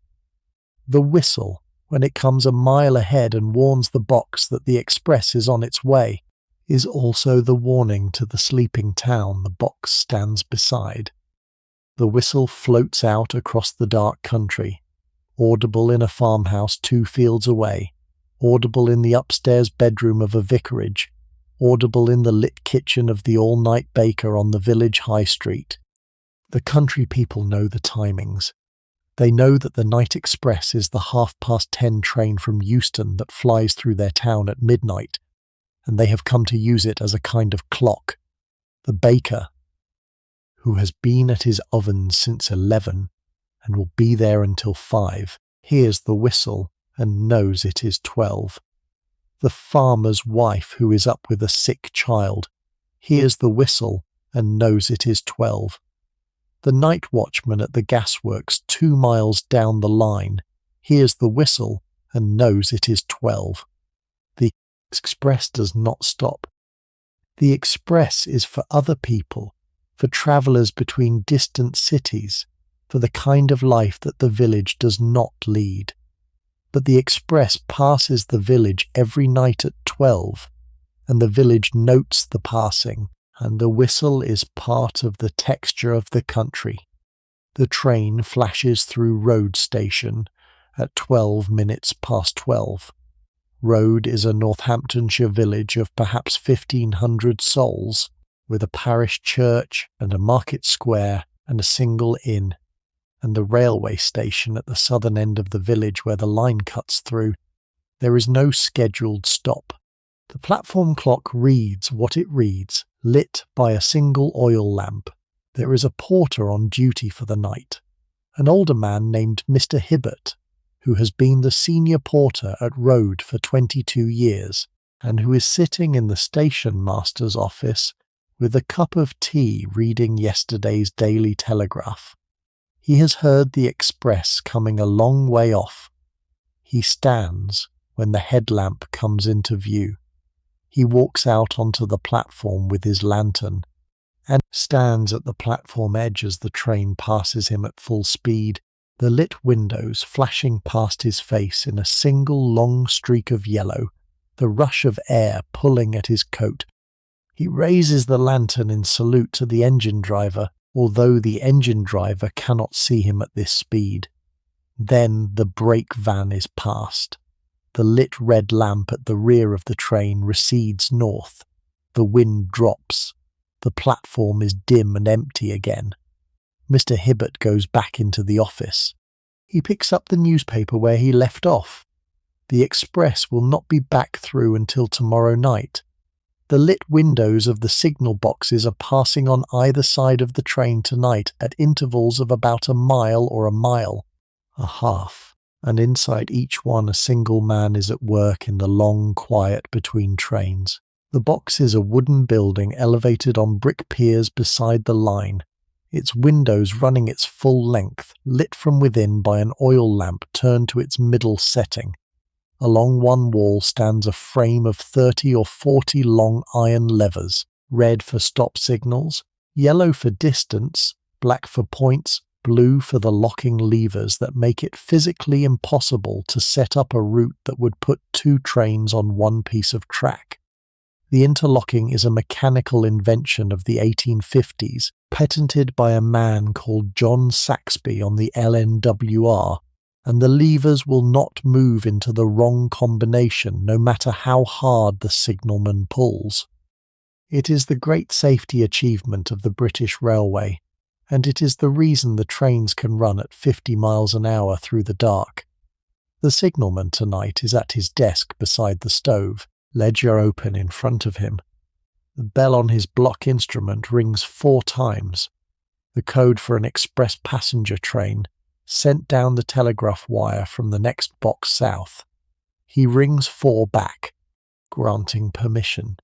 He pulls his levers in sequence, distant home starter, and stands at the window. He hears your train before he sees it, the deep working note of the engine carrying through the night air a long way ahead.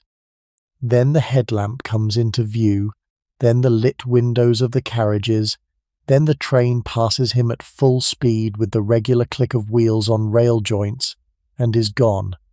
He rings the bell to the box ahead. You are coming. He rings the bell back to the box behind him. You are clear of him. He notes the time and the engine number in his ledger. He sits back down.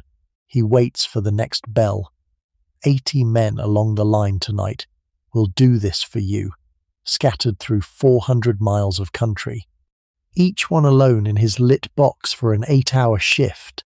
They will hand you forward, box by box, from south to north, and they will not see your face and will not know your name. The bell signals carry their own grammar, given at varying speeds and rhythms, so that an experienced signalman can tell who is on the other end of the wire by the way the bell is rung, and the 80 men along the line are a community talking to each other across the dark by bell and telegraph. With your train passing along the conversation 3 carriages ahead of your berth, the travelling post office is fully lit and fully working. The carriage has the broad red band along its side and Royal Mail painted in white above the door, and inside are 6 men in post office uniform, sorting letters at speed at long benches under gas lamps. The mail bags loaded at Euston have been opened.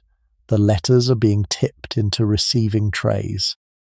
The senior sorter calls out the categories Crewe, Preston, Lancaster, Carlisle, Lockerbie, Motherwell, Glasgow Central, the Glasgow districts north and west and south, and the men at the benches drop each letter into its correct pigeonhole.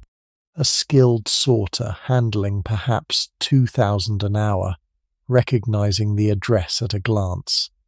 The carriage rocks. The pigeonholes shake slightly. The sorters compensate without noticing, the muscle memory of 15 years on this run, having made the job automatic. The carriage has its own apparatus for picking up and dropping off mail without the train stopping. A leather pouch hung on a trackside arm at a wayside station can be caught by a net mounted on the side of the postal carriage as the train runs past at 50 miles an hour, and a pouch flung from inside the carriage into a trackside net can deliver mail to the station without slowing. The exchange happens in the dark, the 2 pouches passing each other in the air at the moment of the exchange, the sorters processing the new mail minutes after the catch. The letters being sorted 3 coaches ahead of you will arrive in Glasgow by the same train that delivers you, and they will be on the breakfast tables of the city before you have ordered your coffee. The country outside is changing as you approach Crewe. The lit signal gantries become more frequent. The line widens. The dim shapes of locomotive sheds come into view to the east. Crewe was a hamlet of a few cottages in 1840, with a public house and a parish church, and the home of the family from which it took its name, and almost nothing else. The Grand Junction Railway chose the site as the place where the line from Liverpool and Manchester to London would meet the proposed line to Chester and Holyhead, and the locomotive works followed in 1843 in a single shed beside the new station. By 1888, the works employ 7,000 men and cover 100 acres on either side of the line. The town of Crewe had grown around the works and the station with the regular discipline of a planned industrial settlement. The LNWR had built rows of workers' cottages, schools, churches, a mechanics institute, a public bathhouse, a hospital, a market hall, and the great town hall on Earl Street that served as the civic centre of a community whose existence depended entirely on the company. The streets had names like Locomotive Terrace and Crewe Works Cottages and Engineers Place, and the population was overwhelmingly composed of railway workers and their families. Children born in Crewe in 1888 would in most cases grow up to work for the LNWR. Their fathers had done so. Their grandfathers, in some cases, had been among the first generation of works employees 40 years before. The town was a railway town in the most concentrated sense of the term, and the bell that rang out across its streets at 6 in the morning to summon the work shift was in effect the regulating clock of the entire community's daily life. The locomotive works themselves were, by 1888, among the most advanced pieces of industrial production in the world. Crewe Works built engines from the raw iron upward. The forge produced wrought iron components. The foundry cast iron and brass. The boiler shop assembled the great cylindrical pressure vessels that gave each locomotive its working steam. The machine shop turned the wheels and bored the cylinders. The erecting shop assembled the finished engines from their hundreds of components. The works produced an average of 3 new locomotives a week through the year, plus the repairs and the rebuildings of older engines that were sent in from across the LNWR system. The locomotive that hauled your train tonight was built here. The next locomotive that will haul the train onward from Crewe was built here. Almost every engine you will ride on any West Coast train of any kind, was built in this enormous works in a Cheshire town that did not exist before the railway invented it. The works run a night shift, and as your train approaches Crewe tonight, you will see the gas lamps of the erecting shop still burning over the figures of the night shift fitters working on engines undergoing repair. There are perhaps 200 men on the night shift scattered through the various departments. They will work through to 7 in the morning, when the day shift takes over. The works runs 3 shifts a day, 6 days a week, with Sunday off. The output of new engines and repaired engines is therefore continuous. And the LNWR's locomotive fleet is being constantly renewed and maintained by the unceasing labour of the Crewe workforce. The town and the works together produced by the late 1880s. A particular kind of late Victorian community that has since become almost mythological in British social history. The Crewe railway man was a known type, skilled, sober, chapel-going, often politically liberal, often a member of his trade union, often involved in some form of self-improvement society or working men's institute, often the holder of an allotment garden, where he grew vegetables in the long summer evenings, often the father of children, who would themselves enter the works at 14.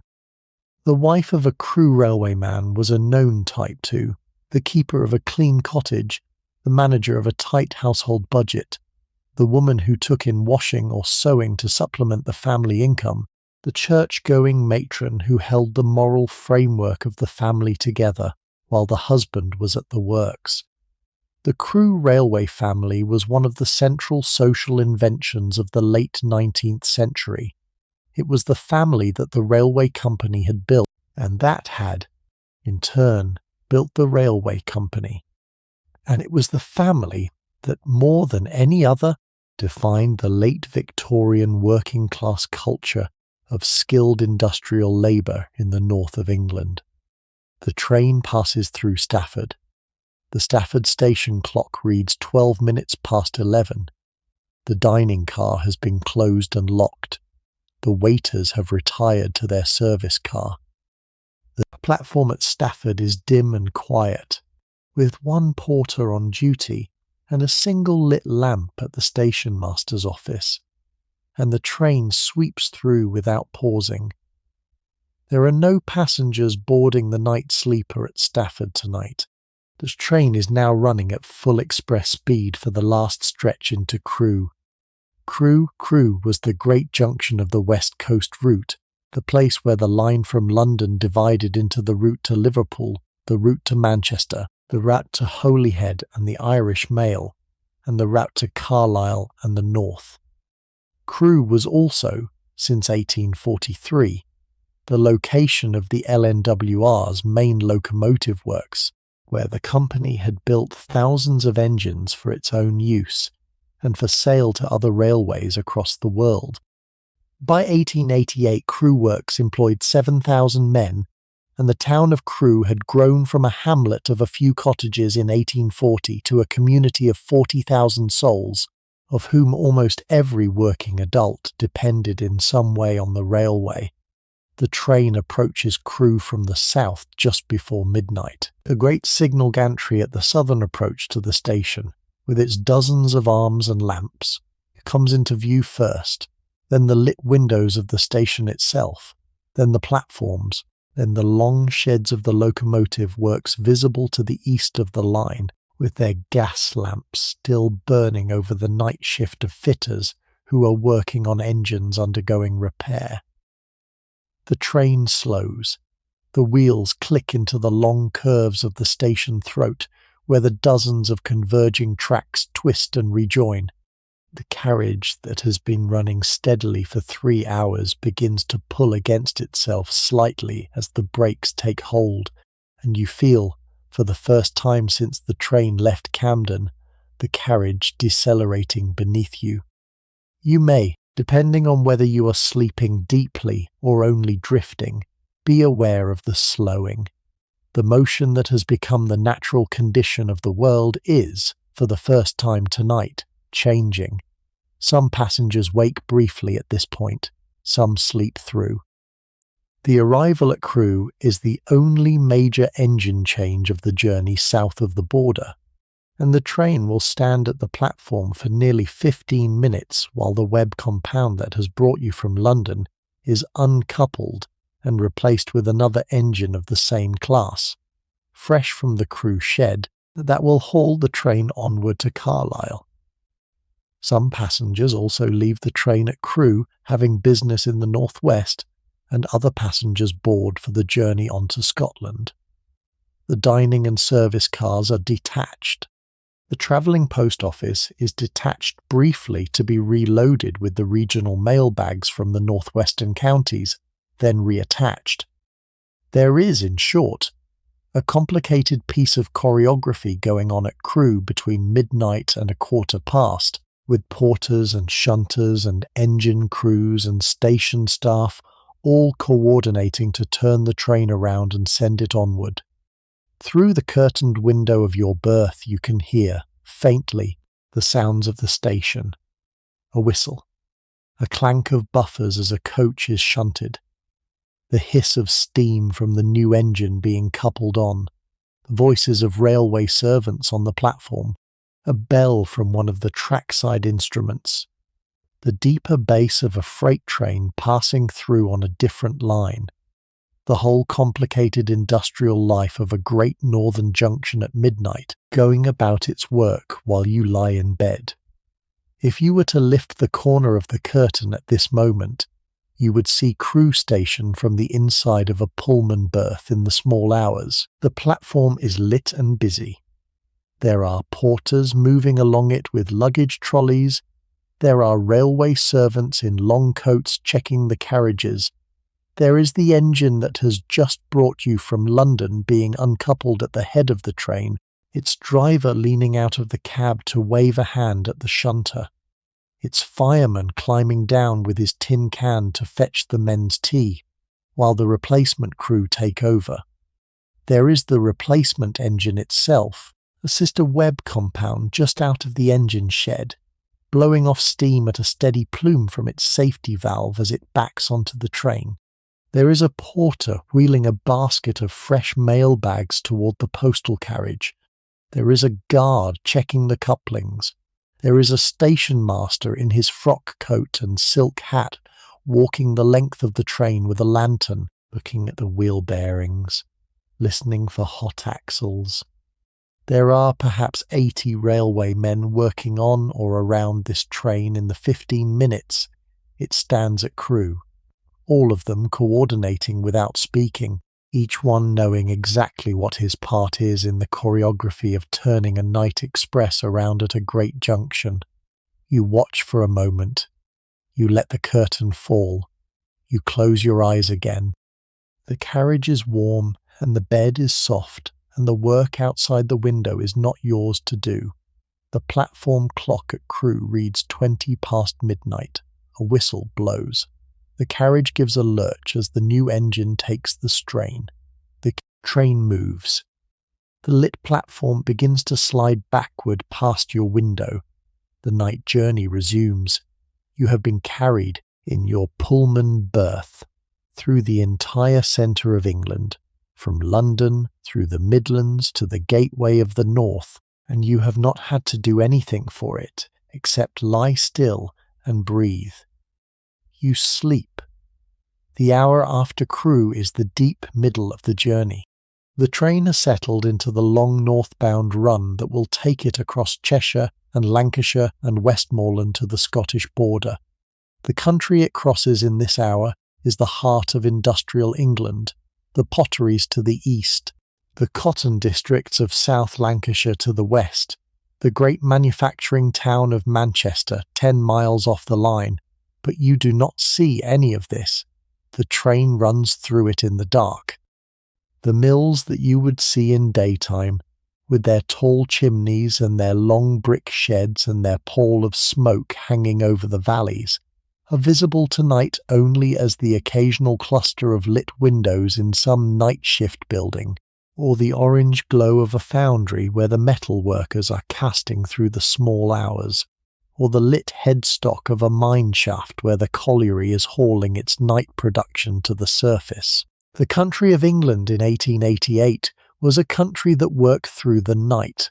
The cotton mills had largely settled into single shift working by this period, but the iron foundries, the steel works, the chemical plants, the gasworks, the bakeries, the breweries, the docks at Liverpool and Birkenhead and Manchester, all had men on duty through the small hours, and the lit windows of those workplaces, scattered through the dark countryside, formed a kind of constellation of working light along which the night sleeper passed. The country was not asleep. The country was producing, even at midnight, the goods and the energy and the commerce that kept its larger economic life going. Your Pullman berth, with its sleeping passenger, was one of the few moments of pure rest in a landscape that, for the most part, was working. The men in those night shift workplaces, the puddlers in the iron foundries, the bakers at their ovens, the gaswork stokers, the brewery fermentation men, the dock watchmen, were doing work that was, in its own way, as essential to the late Victorian economy as the work of the railway men who were carrying you through their landscape. The bread that would be on London tables tomorrow morning was being mixed and proved and baked tonight. The newspapers that the breakfast tables of the country would read in a few hours were being printed tonight on the great rotary presses of Fleet Street. The gas that lit the streets of the cities was being produced tonight in the gasworks. The whole basic infrastructure of British daily life was being maintained, hour by hour, by night shift workers in scattered workplaces across the country, and the night sleeper passing through their landscape was one of the only pieces of that infrastructure that carried a sleeping cargo. The rest of it was wide awake. You passed Wigan with its lit colliery headstocks earlier. You will pass Preston soon, with its dim station hotel. You are passing now. In the long stretches between the major junctions, the cotton towns of East Lancashire, dim in the distance to the right of the line, with their occasional lit mill windows where the machinists are running through some piece of overnight work, and the lit chimneys of the bleach works at Walton le Dale, the country flows past in a continuous lit and dark pattern, with the dim countryside punctuated at intervals by the lit windows of the night-working economy, and the train runs through it all without slowing, carrying you north. The train passes through Warrington. It passes through Wigan, where the lit headstocks of the great Lancashire collieries are visible to either side of the line clusters of orange and yellow light, marking the pits that have made Wigan the wealthiest mining town in the country. It crosses into Lancashire proper. It runs through Preston, where the principal station is dim and quiet at this hour, with 1 or 2 lit windows in the station hotel, and the platform master in his office reading a paper. It begins the long northward run across the flat country of the Field and the Lune Valley, with the dim shapes of the western Pennines visible to the east as a blacker mass against the night sky. You are by now in the deeper sleep that the body finds in the early hours, when the rocking of the train and the regular click of the wheels have ceased to be conscious sensations, and have become part of the substrate of the dreaming mind. You are not aware of Preston. You are not aware of the Field. You are not aware of the Pennines. You are not aware of the hour, or the speed, or the country, or the engine.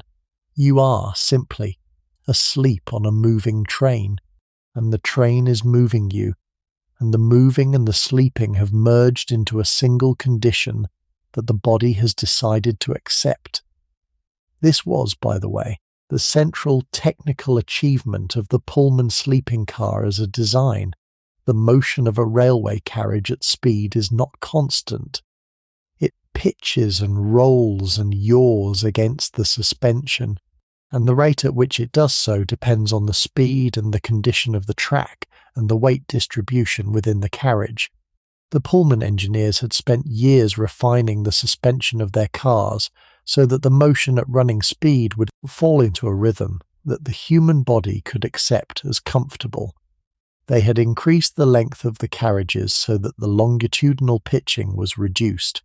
They had added supplementary springs so that the lateral roll was damped. They had positioned the bogies, the four-wheeled trucks at each end of the carriage that bore the weight, at a specific distance from the ends of the body so that the rotational moment around the centre of the carriage was minimized. The result was a vehicle that, at express speed on good track, produced a motion remarkably close to a cradle's rocking. The mind, lying in such a vehicle, would interpret the motion as soothing rather than disturbing, and would let go of consciousness more readily than the same mind would have done in a stationary bed. The Victorians did not know all of this in the technical detail that the Pullman engineers worked out, but they knew the result. They knew that they slept better on a Pullman than they did at home. They wrote about it in their diaries. They commented on it in letters. The night sleeper was, almost from its introduction, a thing that people remarked on as producing a particularly profound sleep, and the experience was one of the major reasons that passengers were prepared to pay the considerably higher fare for a Pullman berth than for a regular first-class compartment. The body knew it would rest better on a Pullman, and the mind followed the body. The dreams that passengers reported on the night sleeper had their own peculiar character, which the more reflective travellers sometimes wrote about. The motion of the train, working its way into the substrate of consciousness, often produced dreams of journeys, of walking through unfamiliar landscapes, of riding horses across open country, of being on ships at sea. The regular click of the wheels often produced dreams in which clocks were ticking, or in which footsteps were following, or in which a piece of music was being played at the same insistent rhythm. The faint warmth of the heated carriage and the closeness of the small compartment sometimes produced dreams of being indoors in winter, in childhood houses, in remembered rooms from years before. The traveller would wake at Crewe or at Carlisle or at Beatock, in the dim of the lit corridor, with the sense that he had been somewhere else entirely in the moments before the slowing of the train had pulled him back, and the somewhere else had often been a place from his own life that he had not consciously thought about for years. There was a literature growing through the late 19th century on the peculiar quality of railway sleep and railway dreams. Charles Dickens, who had travelled many times by night sleeper in the United States in the 1840s and again in the 1860s, had written about the strangeness of train sleep in his American notes and in his magazine pieces. Robert Louis Stevenson had written about it in his early travel essays. Henry James, the American novelist who lived in England by 1888 and travelled regularly by train, had described it in his letters. The consensus of the literary tradition was that train sleep produced an unusually vivid and an unusually associative kind of dreaming, that the railway carriage, with its movement and warmth and its enclosed dimness, became a kind of laboratory of the unconscious, and that travellers who slept on trains regularly developed a peculiar private collection of train dreams that recurred year after year on long journeys. You may, in your own sleep tonight, have such dreams. You may dream of childhood houses, of forgotten people, of journeys you have not actually made. The motion of the imagined train may carry you, in your imagination, into the country of your own memory. The wheels may ring out the rhythm of some half-remembered song. The country passing the window may become, in your dream, a country you knew once and have not visited for years. This is the way the sleeper carriage worked on the Victorian travellers who used it, and this is the way the imagined sleeper may work on you tonight. The train is now passing Lancaster. The lights of the city are visible briefly through the dim, the castle on its hill, the cathedral across the river, the lit windows of the riverside warehouses. Lancaster is the gateway to the northwest. Beyond Lancaster the line runs through Carnforth, where the branch to the Furness Peninsula joins the main route, and then it begins the long climb into the Lake District foothills. Shap is one of the great challenges of the West Coast route. The line crosses the watershed between the Lune Valley and the Eden Valley by means of a 10-mile climb of 1 in 75, followed by a similar descent on the northern side, and the gradient at Shap is the steepest sustained climb on any major British main line. Locomotives have to work hard to bring an express up Shap. Goods trains have to be assisted by banking engines pushing from the rear. The summit at Shap, 1,100 feet above sea level, is the highest point on the West Coast main line in England, and the wind at the summit, even on a calm summer night, is rarely still. The line crosses the open fells in this stretch with no shelter from the weather, and the men in the cab of the engine are exposed to whatever the night brings. Tonight, the night brings only a moderate westerly breeze and a clear summer sky. The driver and the fireman who relieved driver Robinson at Crewe are working their engine hard up the climb. The fireman has been shoveling almost continuously for the past 20 minutes, building up the fire to maintain the steam pressure. The driver has the regulator wide open and the reverser set for maximum cutoff, drawing the most power the engine can produce.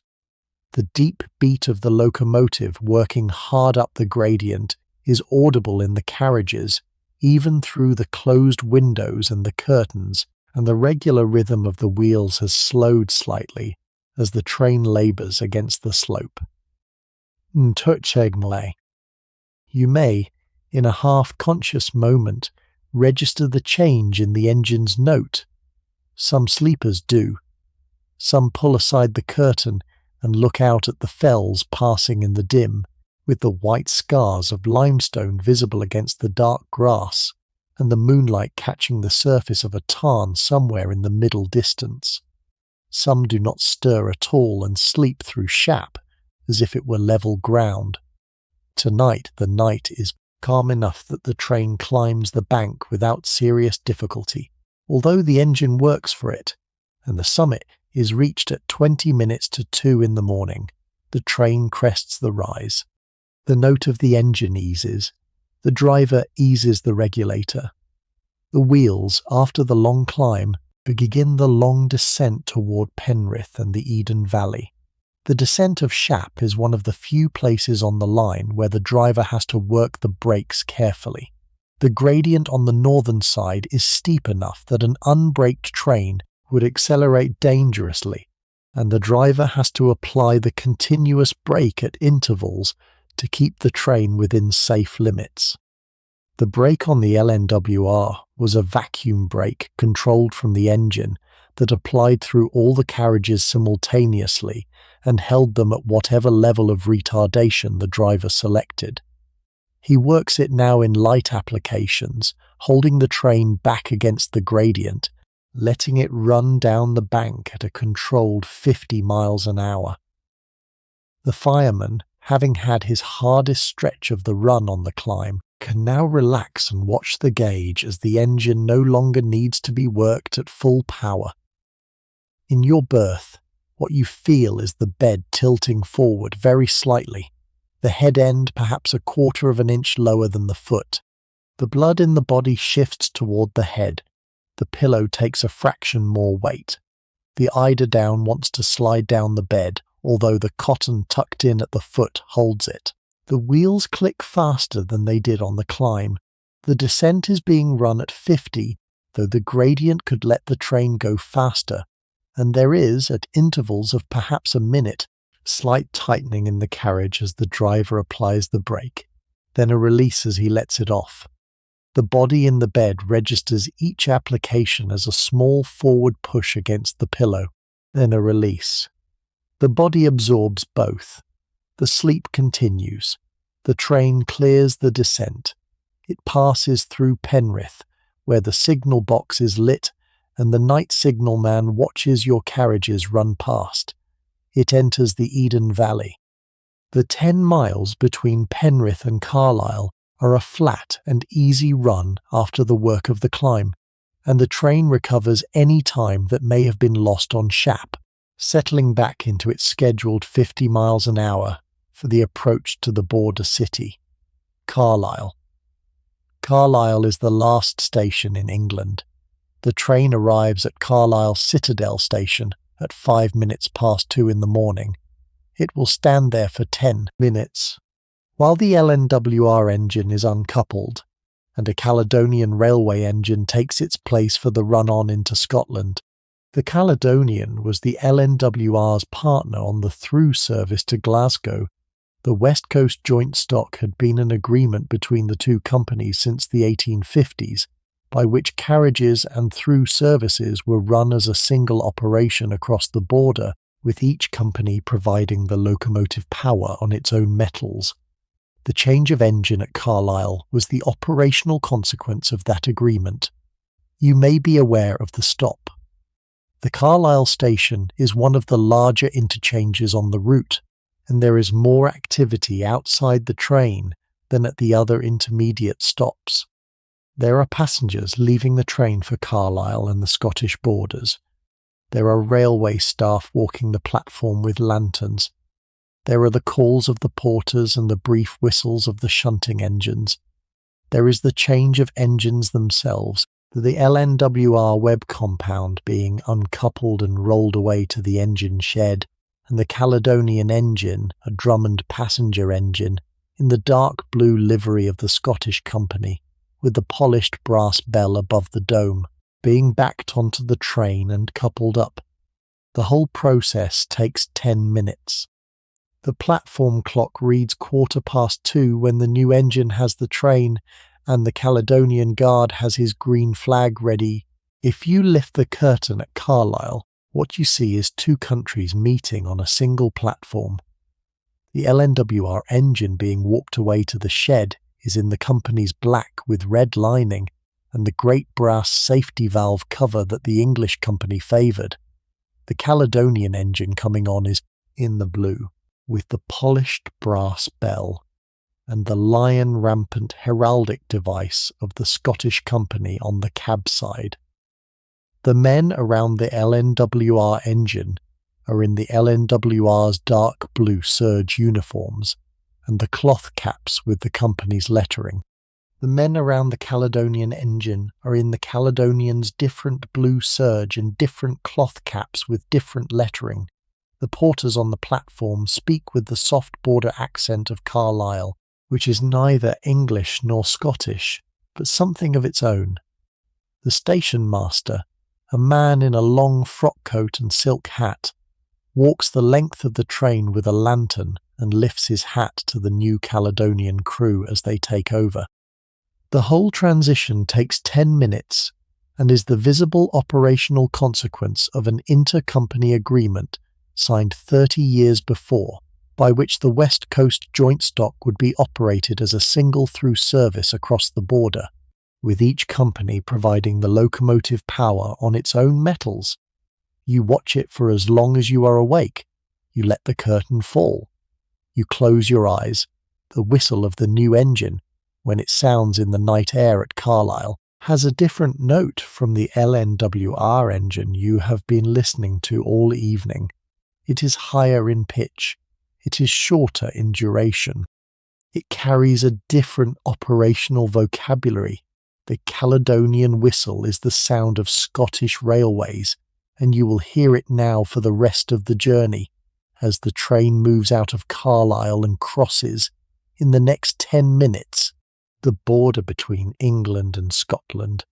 The border itself is unmarked from the train. There is no station at the line of demarcation. The train simply passes from one country to another in the middle of open country, somewhere between Carlisle and Gretna Green, with no announcement and no formal acknowledgement. You sleep through it. You will not know, in the morning, at exactly what minute the change occurred, but the change is real. You went to sleep in England. You will wake up in Scotland.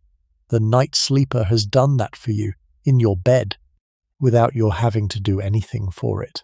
The political map has been redrawn around your sleeping body, and you have not even turned over. Throughout almost the whole of human history, the act of crossing a national border had been a piece of conscious experience. It had involved travel, often difficult travel, and it had involved the awareness of being in a foreign country with foreign customs and a foreign language and foreign authorities. To cross a border in your sleep, with no awareness, was a thing that the railway had made possible, and that the night sleeper had perfected. The Pullman compartment was, in a sense, a piece of London moving north, and you would inhabit it through the change of country without any visible alteration in your immediate world. The clean linen, the polished mahogany, the gas mantle, the regular click of the wheels, all of them carried with you across the border, unchanged. The English-Scottish border is, of course, a friendly border. There is no immigration check on the night sleeper. There is no customs inspection. The two countries had been in political union for nearly 200 years by 1888, and the train ran over the line with no more formality than across any other county boundary. The change is administrative.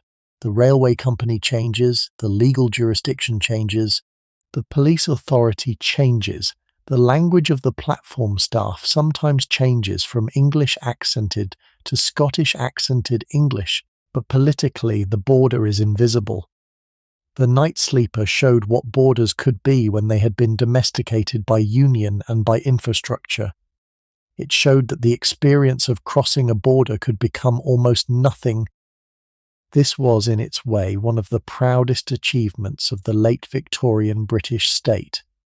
The border between England and Scotland had been a place of war for nearly 1,000 years before the Union of 1707. The Roman wall along the Tyne, the medieval Reiver country, the great battles of Flodden and Bannockburn and Pinkie Cleugh, the long bitterness between the two crowns until the personal union of 1603 and the parliamentary union of 1707, all of that history stood behind the unmarked line that the night express crossed without acknowledgement in the small hours of a July night. The pacification of the border had been the work of 3 centuries. Its conversion into an invisible administrative line was the work of 2 more. By 1888, the border was so thoroughly absorbed into the unity of the British state that the train passed it, as casually as it passed a parish boundary, and the passenger sleeping through it had no reason to know that he had moved between kingdoms that had once fought each other to a standstill. There were Scots and English on this train tonight in roughly equal numbers, mingled together in their compartments without ceremony, and they did not feel that they were crossing into foreign territory or out of it. They felt that they were going home, or going to work, or going to visit relatives, in a country whose 2 ancient kingdoms had become so interwoven that their separateness was now mostly a matter of historical sentiment. The night sleeper was the practical demonstration of that interweaving. The seamless crossing of the border at 2:30 in the morning was a political fact about the British state at the height of its self-confidence. The Caledonian Railway was, in 1888, the largest railway in Scotland, with its main lines running from Carlisle to Glasgow Central, from Carlisle to Edinburgh, from Glasgow North to Stirling and Perth and Aberdeen, and from Glasgow West to Greenock and the Clyde steamer ports. The company was a generation younger than the LNWR. It had been incorporated in 1845, with its main line opening in 1848, and it had built itself, through the second half of the 19th century, into one of the great Scottish institutions. The Caledonians' headquarters were at Glasgow Central Station, the great terminus that you would arrive at in the morning. Its locomotive works were at St Rollox, north of Glasgow. The blue livery of its engines, with the brass bell above the dome and the company's coat of arms on the cab side, was one of the most recognisable in the British railway world.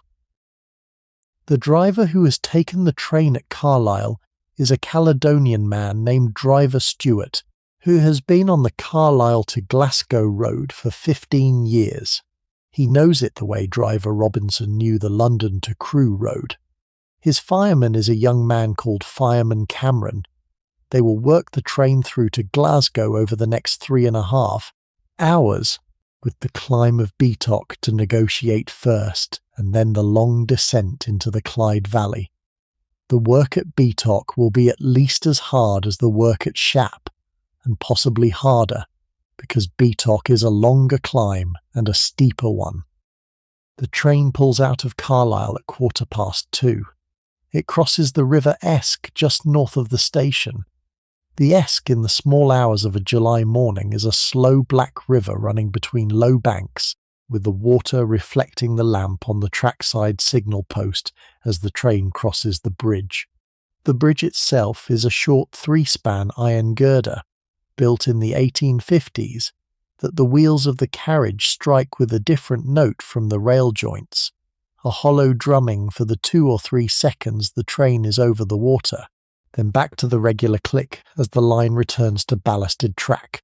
Anyone awake in their berth, if they had the curtain drawn, would hear the bridge under them and know without looking that the train had crossed something. The first time the night sleeper passenger crossed the Esk in this manner was the moment that England gave them up and Scotland received them, although the border lies a mile or 2 further north, and the actual transfer of jurisdiction happens at an unmarked point in the open fields between Gretna and Mosbanchucht.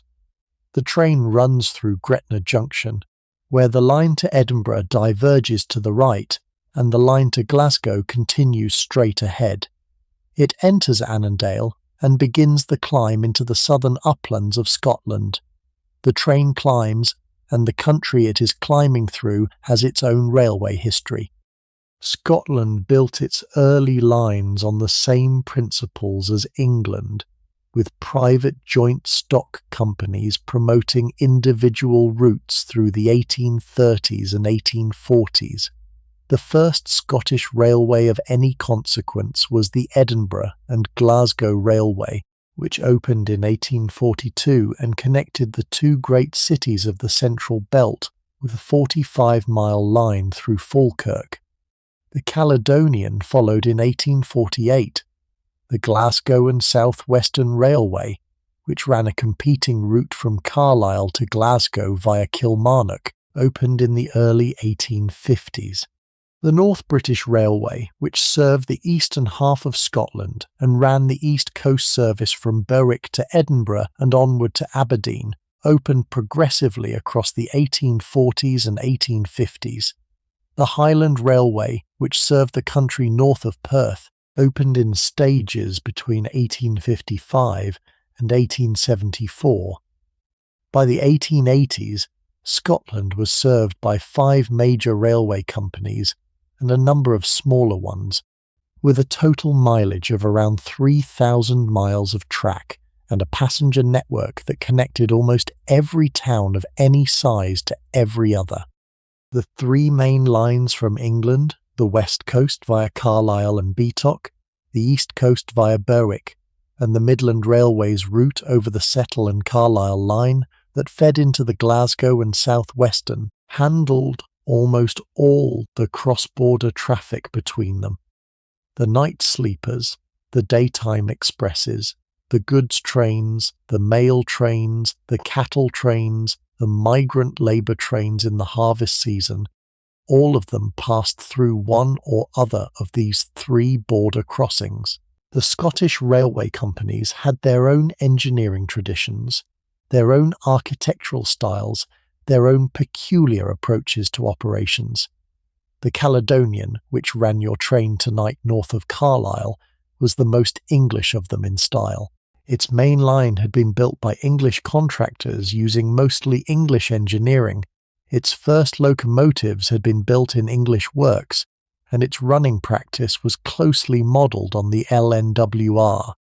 The North British, by contrast, had a more independent character, with its own engineering at Cowlairs Works in Glasgow, and its own distinctive architectural style that drew on Scottish baronial models. The Glasgow and South Western had a lowland Scottish identity that was different again. The Highland Railway, which served the country beyond Perth, had a peculiar Highland character, with single-track main lines through enormous stretches of empty country and stations that were sometimes 30 miles apart. Tonight you are riding the Caledonian. The blue livery of the engine, the polished brass of the bell above the dome, the heraldic device of the company on the cab side, the lion rampant of Scotland, with the company's monogram beneath, are all the visible signs of having entered Scottish railway territory, and the working practices of the Caledonian, although close to those of the LNWR, have their own subtleties. The whistle of the engine has the higher Caledonian pitch. The signal arms are slightly different in design. The point rod fittings have the Caledonian patent. The track gauge is the same, of course, Brunel's broad gauge in the southwest of England being the only significant exception in Britain to the standard 4 feet 8.5 inches, and Brunel's gauge having been suppressed by 1888, but the engineering details of the line you are riding have all been made by Scottish hands. The country the line passes through, between Carlisle and Glasgow, is the southern uplands of Scotland, the high moorland country that runs from the border to the central belt, with the Tweed and the Annan and the Clyde all rising from the same mass of hills. It is country that had been settled lightly over the centuries, with a population of perhaps 1,000 to the square mile in some valleys, and almost no population at all on the higher tops. The villages along the line, Lockerbie, Ecclefechan, Beatock, Crawford, Abington, are mostly market towns that grew up at the points where the medieval drove roads crossed the rivers, and that had been quietly transformed over the past 40 years by the arrival of the railway. The shepherds of the high country still drove their flocks down to the markets in the spring and the autumn, but they could now ride home by train in the evening. The local farms could send their wool and their meat to Glasgow or to England the same day. The world that had been a long day's walk world was by 1888 an hour by train world. Robert Burns, the great Scottish poet who had died in 1796, had lived for the last years of his life in Dumfries, 10 miles south of Lockerbie. He had been an exciseman in the late 1780s and the 1790s, riding his collecting rounds through the country that you are now passing through in your sleep. He had ridden it on horseback. The journey from Dumfries to Edinburgh, which he made several times in his lifetime to deal with publishers and friends, had taken him 2 days each way. The same journey on the Caledonian Railway in 1888 took 2.5 hours in a comfortable upholstered compartment, with the country passing the window.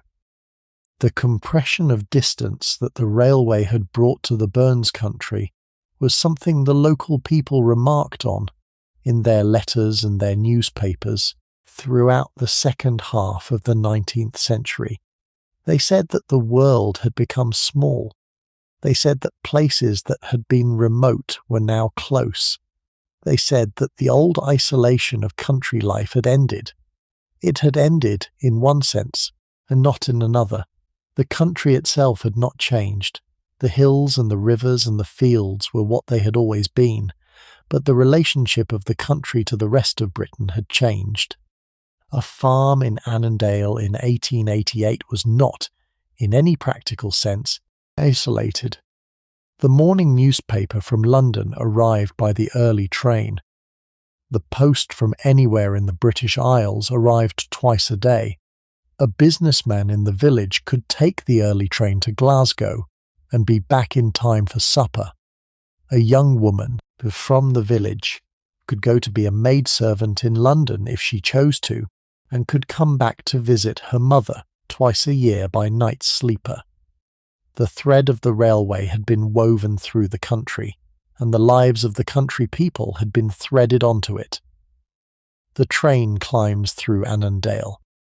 The country outside the curtained window is, although you cannot see it, country of low hills and farms, and the long dim shape of the Annan, running parallel to the line. The villages you are passing, Annan, Ecclefechan, Lockerbie, are sleeping under their few lit windows.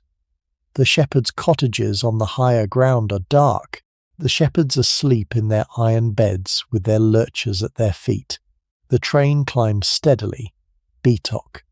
The climb at Beatock starts at Beatock Station, a small station in a Lanarkshire village, and rises 10 miles to Beatock summit at an average gradient of 1 in 75.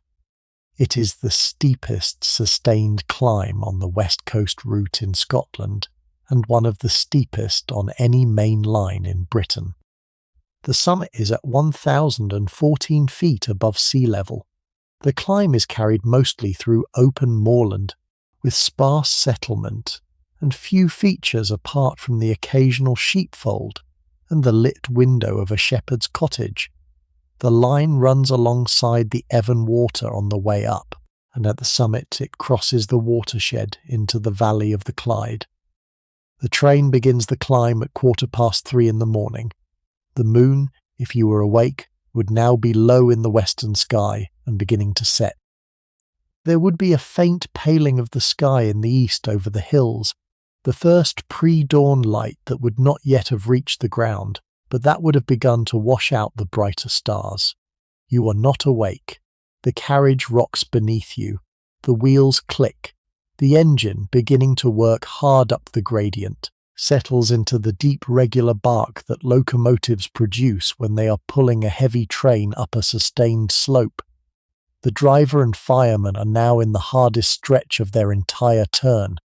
The fireman is shoveling almost continuously, lifting hundredweight after hundredweight of coal from the tender behind him and throwing it through the firebox door in front of him with the precision needed to maintain an even fire over the whole grate. The driver has the regulator wide open and the cut-off set for maximum power. The engine, at full output, is producing perhaps 1,500 horsepower at the wheel rim. The boiler pressure is being held at the working maximum of 170 pounds per square inch. The water level in the gauge glass is being maintained by the injector. The engine is doing everything it can, and the train is climbing at perhaps 30 miles an hour, half its normal speed, against the gradient. The cab of the engine is hot. The firebox door is open more often than closed during this stretch, and the heat from the fire is pouring into the cab on top of the men. Fireman Cameron's shirt under his serge overall is wet through.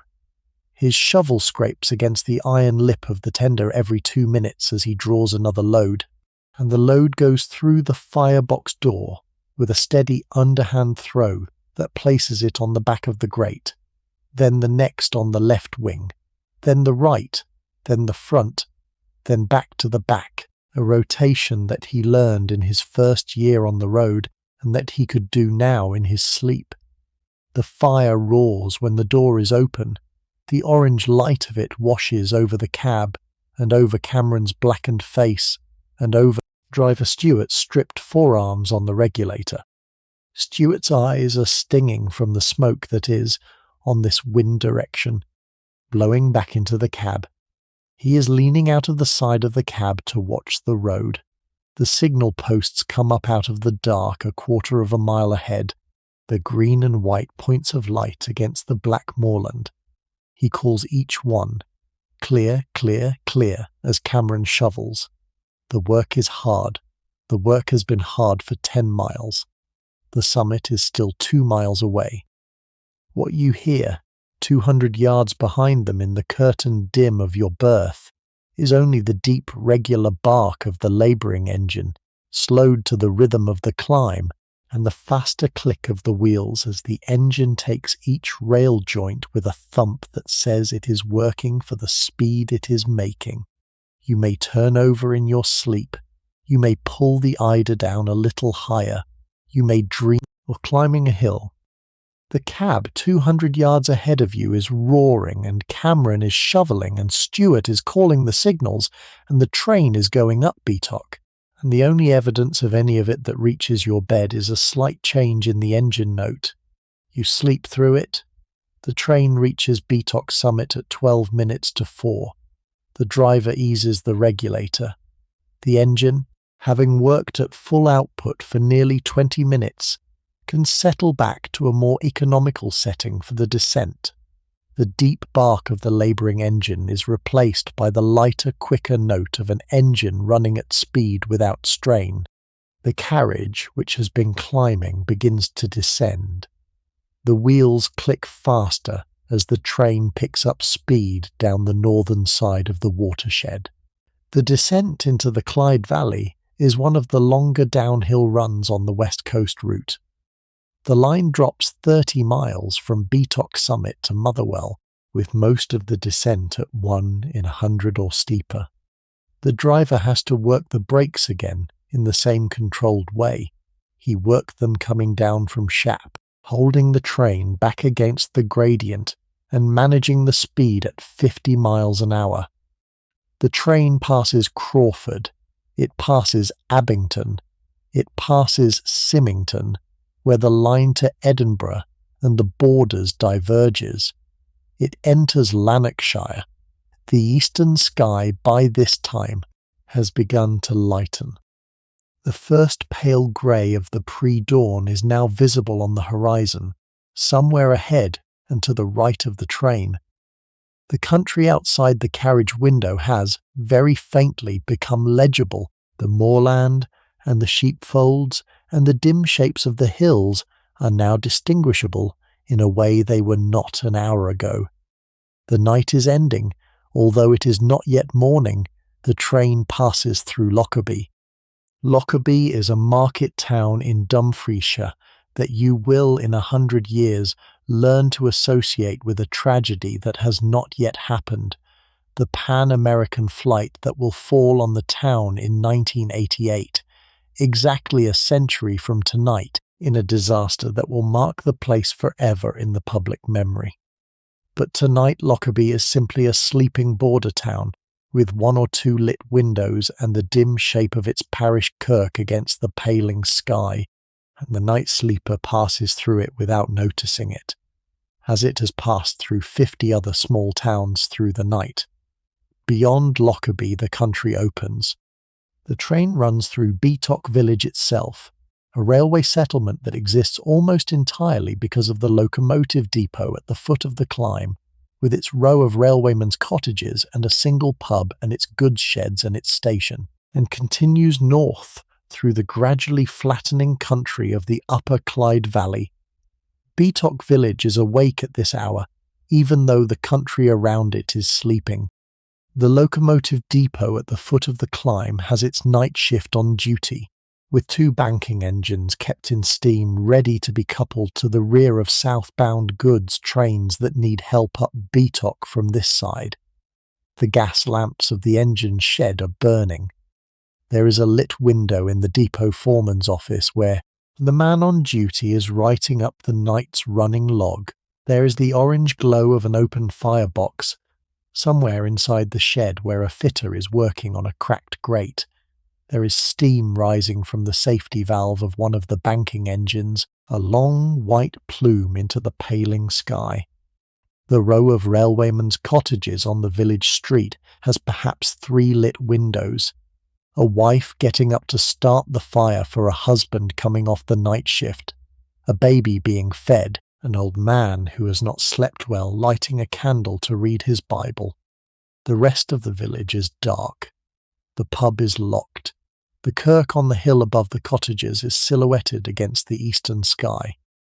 The whole settlement, in the half-light of 4 in the morning in late July, has the quality of a place that lives by railway hours rather than by farming hours, and that is in some sense always partly awake, because the railway is always running, and the men who run it need to be fed and washed and woken and seen off by women whose own clocks have been adjusted to the timetables.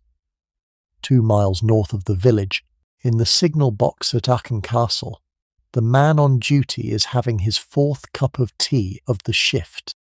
He is 62 years old, has been a signalman on the Caledonian for 38 years, and has worked the Aachen Castle box for the past 19.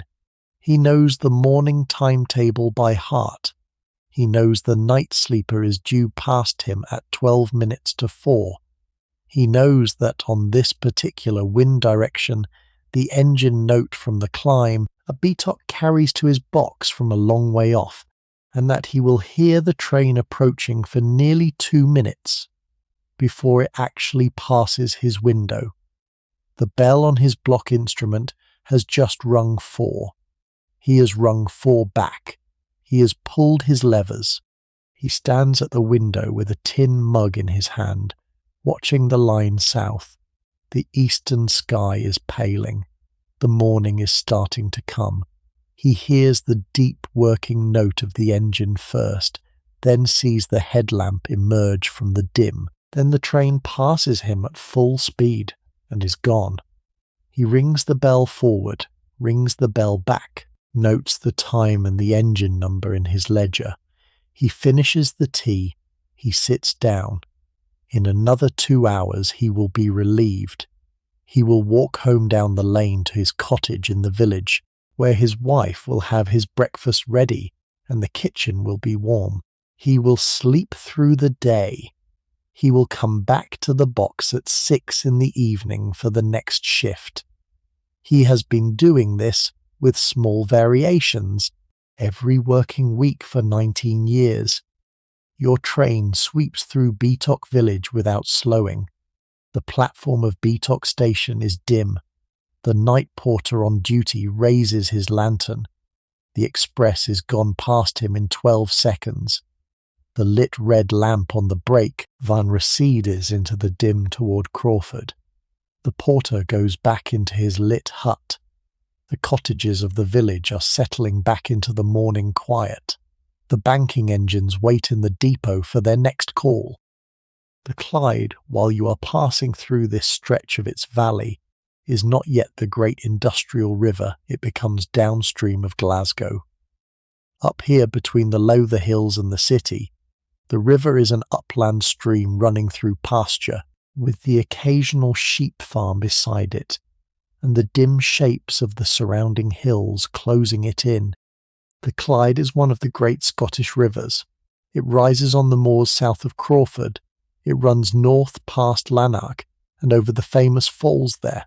It turns west at Bothwell and flows through the centre of Glasgow, and it widens at last into the deep estuary that has made the city the centre of Scottish shipping. But up here in its upper valley it is still a hill stream, and the country it passes through is still upland country, and the sense of being deep in southern Scotland, far from the coast and far from the cities, is still strong. The villages of the Upper Clyde Valley, Crawford, Abington, Lamington, Symington, were the homes of farming families and of the men who worked the lead mines at Lead Hills and Wanlock Head in the hills above. Lead mining had been an important industry in this part of Scotland from the 17th century onward, and at its height in the late 18th century, the Lead Hills mines had produced a significant proportion of the lead used in British construction. By 1888 the industry had declined, but it was still active, and the trains on the West Coast Line carried lead ore down from the Clydesdale mines to the smelters in central Scotland and onward to the markets in England. The border country you have just crossed had been, for centuries before the railway came, the country of the border ballads, the great body of traditional verse that recorded the long centuries of feuding between the Scottish and English families along the borderline. The border ballads are some of the finest poetry in the English language, and they tell the stories of the reivers and the wardens and the lovers and the deaths of a country that, until the union of the crowns in 1603, was almost continuously at war with itself. The country has been at peace, in any active military sense, for nearly 300 years by 1888, but the ballads survive, and the place names along your route, Annandale, Eskdale, Liddesdale, Teviotdale, are the names of the great valleys that the ballads named. Sir Walter Scott had collected the ballads in the early 19th century, in a book called The Minstrelsy of the Scottish Border, and his collection had brought the verse to a wide-reading public. Scott's own home at Abbotsford, in the central borders, was one of the more visited literary shrines of 19th century Britain. The country you have crossed in your sleep tonight is therefore country with a literary weight that the train passenger might not be aware of. Burns to the south of the line, Scott to the east, the long shadow of the ballads hanging over the whole region. Ground beneath the rails has stories. The hills outside the curtained window have ghosts. You sleep through it. The train delivers you across it. The country accepts the passing of the night express in the way that a long-settled country accepts whatever modernity sends through it, with the implicit understanding that the older layers of meaning are not displaced by the new ones, only added to. Motherwell. The train reaches Motherwell at 5:25. The sky is now properly grey. The lit windows of Motherwell, a town of 40,000 in 1888, dominated by its iron and steel works, with the great furnaces at Dalzell visible to the east of the line, are mixing with the natural light of the dawn. The night is over. The morning is beginning. The long industrial cluster of the Glasgow conurbation, of which Motherwell is the eastern outpost, is starting to wake up around the train. The Glasgow conurbation, in 1888, was one of the great industrial concentrations of the Victorian world. The valley of the Clyde, from Motherwell in the east to Greenock in the west, had been transformed over the past 100 years from a country of farms and market towns into a continuous belt of mines and ironworks and steelworks and shipyards and chemical plants and engineering factories, with a population approaching 1 million people and an industrial output that was, by some measures, larger than that of any other comparable region in Europe. The shipyards alone, on the lower Clyde at Govan and Partick and Clydebank, were producing 1/5 of the world's new shipping tonnage. The steel works at Motherwell and Coatbridge were among the largest in Britain. The locomotive works at Springburn, in the north of Glasgow, were the largest in Europe. The chemical industry at St. Rollox produced soda and bleach and dyestuffs that were exported across the world. All of this was crammed into the valley of a single Scottish river, in a region that had been 3 generations earlier mostly agricultural country with a few weaving villages. The transformation was the work of the Industrial Revolution applied to a particular geography.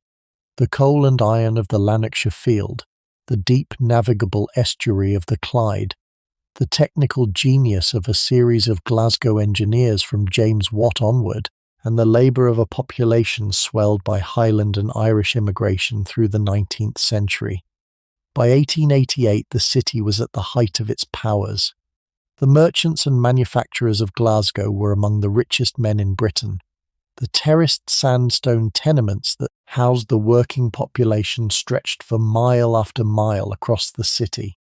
The Victorian civic architecture, the city chambers in George Square, the Kelvingrove Art Gallery then under construction, the great churches and theatres and concert halls, testified to the cultural confidence of a city that knew itself to be one of the great industrial capitals of the world.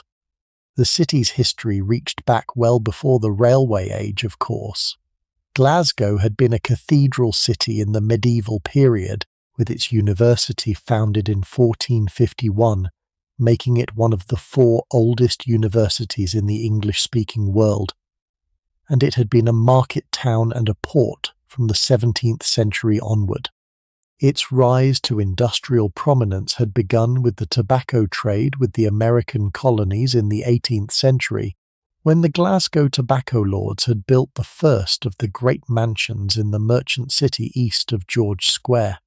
The American Revolution had ended the tobacco trade, but the merchants had reinvested their capital in cotton manufacture and in the developing chemical industry. The city had transitioned into the textile age and then into the engineering age through the first half of the 19th century. By 1888, 4 phases of the city's commercial history, the cathedral period, the tobacco period, the cotton period, and the engineering period, were all visible in different parts of the urban fabric, layered on top of each other in a way that gave Glasgow a particular density of historical character that the more recently developed industrial cities of England did not quite share. You are coming into the eastern approaches of this city now. The first signs of the industrial conurbation are visible from the train. The long brick walls of mill yards beside the line, the lit windows of foundries where the night shift is finishing, the dim shapes of gasometers, the chimneys of small factories pushing the first smoke of the morning into the brightening sky. The country has changed in the half hour since Beatock from upland sheep pasture to industrial valley, and the change is one that the railway passenger of the 1880s found dramatic, the abruptness with which the empty country gave way to the most concentrated industrial landscape in Britain. The train runs through Newton, it runs through Cambuslang, it runs through Rutherglen, an ancient royal burgh that the city of Glasgow had absorbed by the end of the 19th century, but that still kept its own identity in 1888. The line is now flanked on both sides by tenements and by industrial buildings. The signal gantries become more frequent. The lit windows of working buildings are continuous on either side. The dim shapes of locomotives at rest in goods yards pass at intervals. The eastern suburbs of Glasgow are around you, and beyond them, ahead, is the city itself. You may be waking up too. The waking on a night sleeper in the last hour before arrival has its own character that is unlike any other waking the modern traveller experiences. You are not waking in your own bed. You are not waking in a hotel. You are waking in a moving room that has carried you while you slept into a country you were not in when you closed your eyes. The body, slowly returning from sleep, takes a few moments to reconcile its sense of the world. There is the rocking, which it now recognizes. There is the click of the wheels, which it has been hearing for 10 hours, and which has become inaudible until you concentrate on it. There is the dim grey light beginning to show at the edges of the curtain, which is no longer the dim of last night's dusk, but the dim of a new morning. There is the deepening of the engine note as the train slows for some signal ahead. There is the body's slow recognition that it is on a train, that the train is moving, that the train has been moving all night, that the train is now arriving somewhere. You stretch very slightly. You feel the bedclothes against your body and the railway pillow under your head and the gentle pull of the train as it takes a curve. You let yourself be aware for a few seconds of the strangeness of the situation, of having lived a whole night inside a vehicle, of having dreamed dreams that had been carried 400 miles by your sleeping body, of having woken up in a country you had never been in before. There is a private wonder in this kind of waking that the night sleeper produced and that the air travel of the next century never quite reproduced. Air travel got you there faster, but it left you tired, and you woke from any sleep you managed in your seat with the kind of bone-deep weariness that long-haul flights deliver. The night sleeper, by contrast, delivered you to your destination rested. You arrived in Glasgow with the energy to start your day. The Victorians who used the night sleeper for business found this to be one of its principal advantages, and the senior commercial men who travelled often between London and Scotland would talk about it as one of the great practical benefits of the rail age. The steward, sometime after 5 o'clock, has come down the corridor knocking softly at each compartment door. You hear him at the door of the next berth. 3 soft taps, the murmur of the occupant's reply, the click of the latch, the steward's voice low and pleasant, the chink of china being set down on a side table. Then his footstep in the corridor again. Then the same routine at the berth on the other side of yours. Then he is at your door. He brings hot water for the washstand and a small tray with tea and biscuits and a slice of bread and butter in the early breakfast that Pullman passengers received as part of the fare on the night service. He knocks at your door now. You answer. He brings the tray in and sets it on the side table.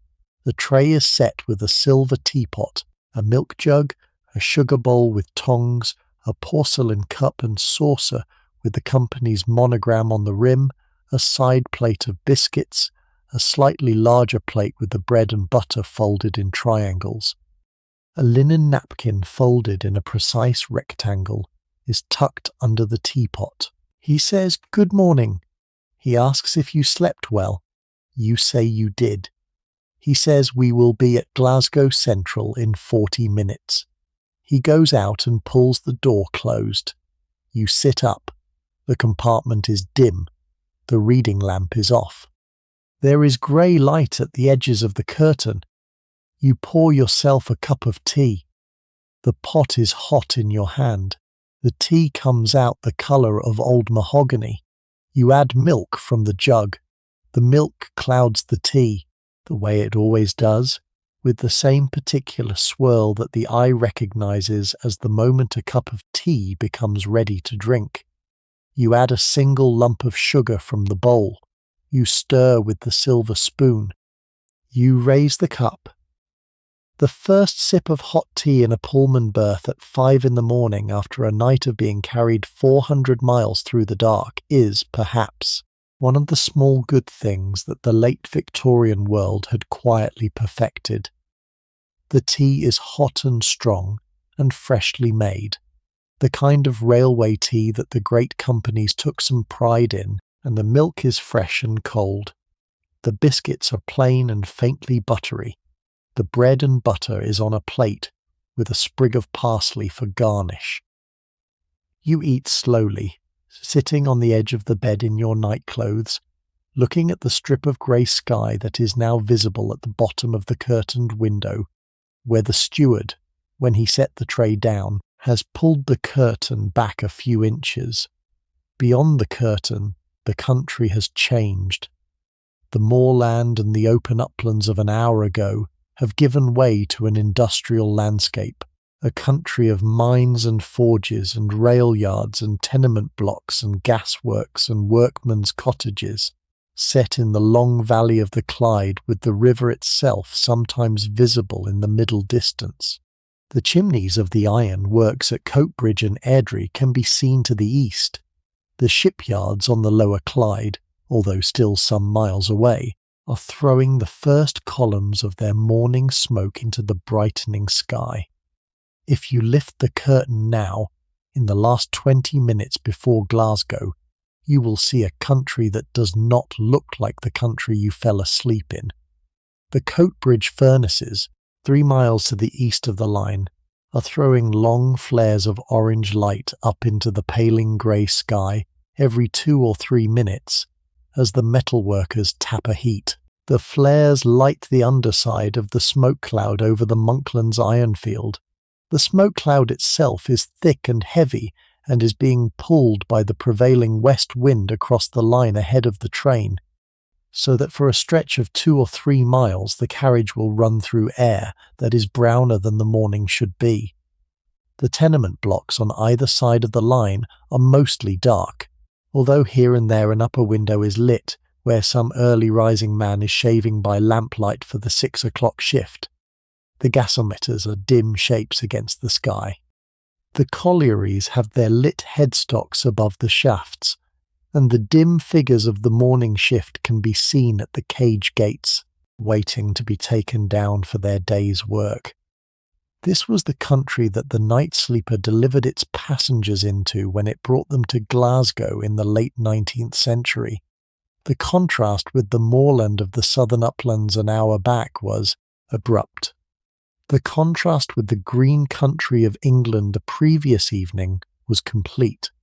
The journey had been from one of the great cities of the world to another of the great cities of the world, through a stretch of mostly empty country in the middle, and the second city, when it arrived around the train, arrived all at once. You are coming into Glasgow. Glasgow, in 1888, was the second city of the British Empire. Only London was larger, and only London was busier. Glasgow had a population of just over 600,000. It was the largest centre of shipbuilding in the world. The Clyde alone was producing more tonnage of new vessels than any other industrial river anywhere, and it was a major centre of locomotive building, of textile manufacture, of chemical industry, of food processing, and of trade. Its merchants traded with the West Indies, with India, with the Americas. Its banks had financed half the railways of the United States. Its tobacco lords had built the great mansions of the West End in the early 19th century, and its shipping magnates were now building the even greater mansions of Pollockholds and Bearsden. The city had its own university, its own art gallery, its own great cathedral, its own theatre, its own opera house, its own daily newspapers. It was, in 1888, in the high noon of its industrial confidence.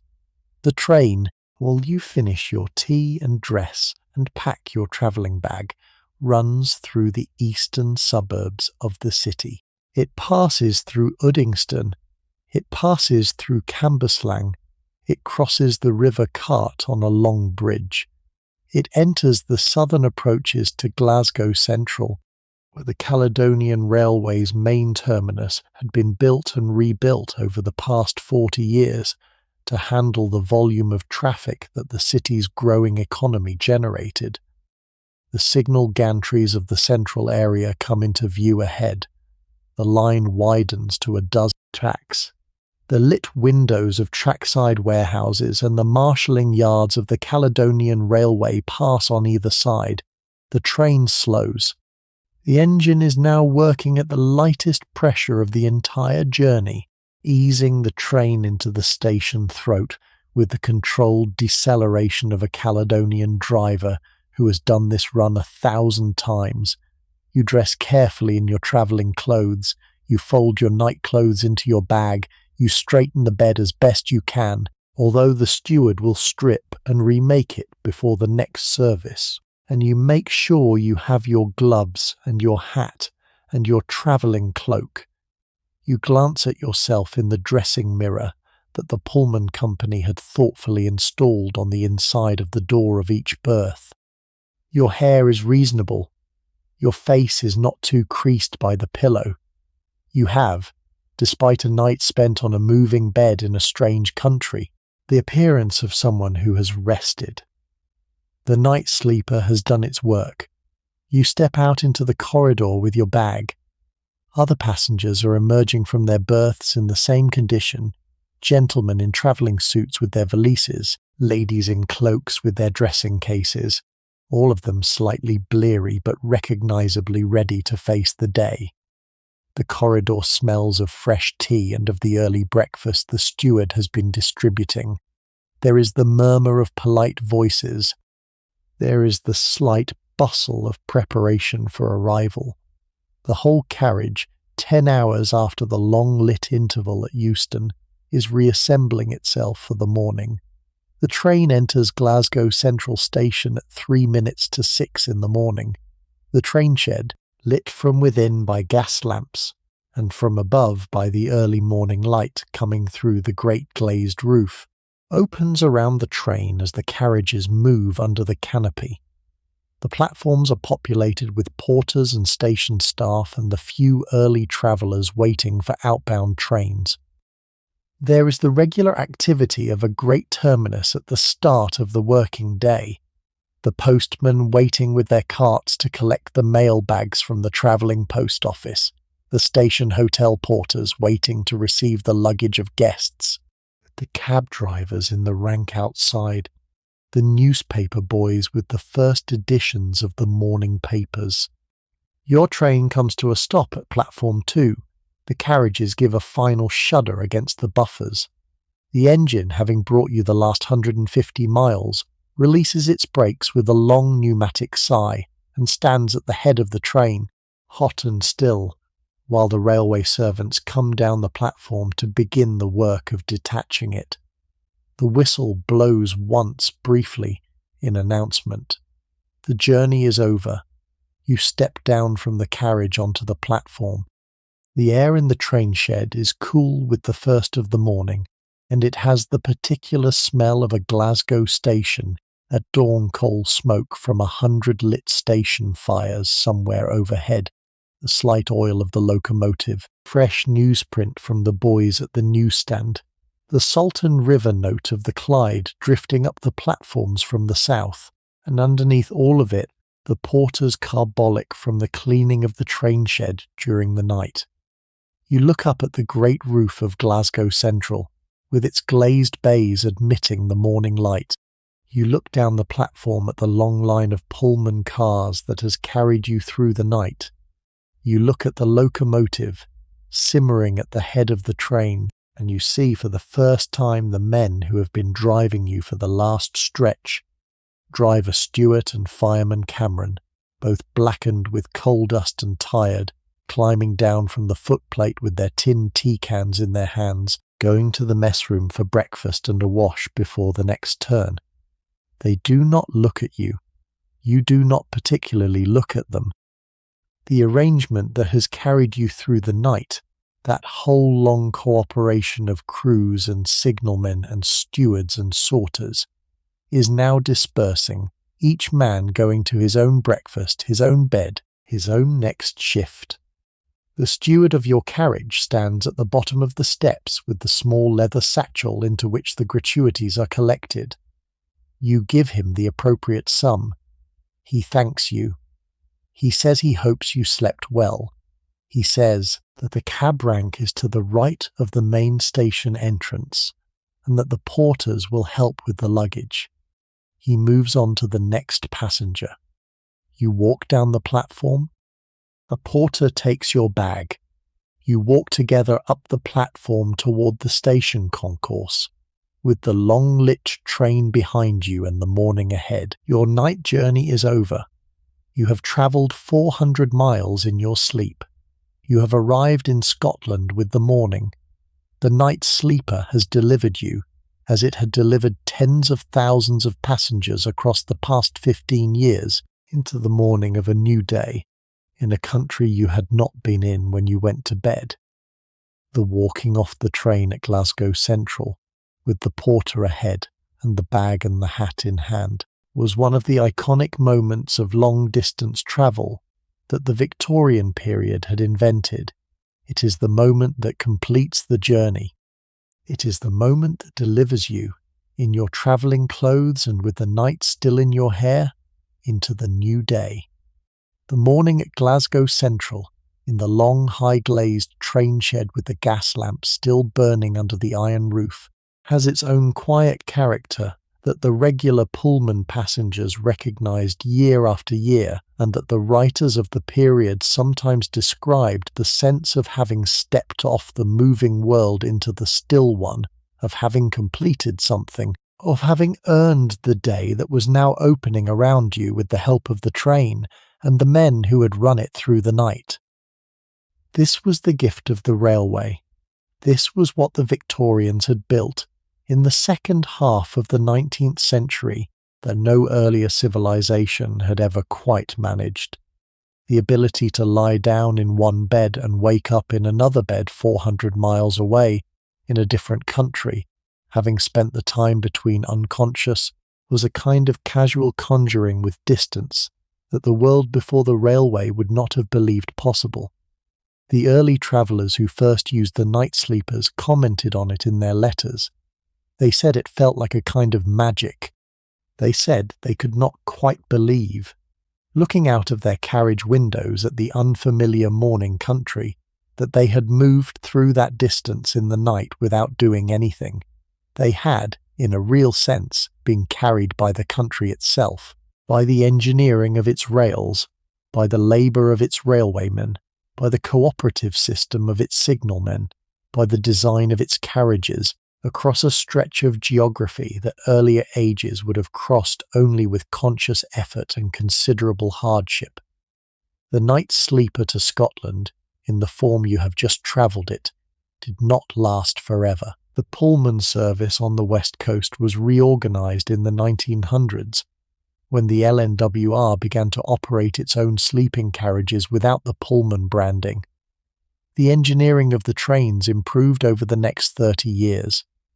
The night sleeper survived the First World War and survived the grouping of the railways in 1923, when the LNWR became part of the new London Midland and Scottish Railway, and survived the Second World War, and survived the nationalisation of the railways in 1948.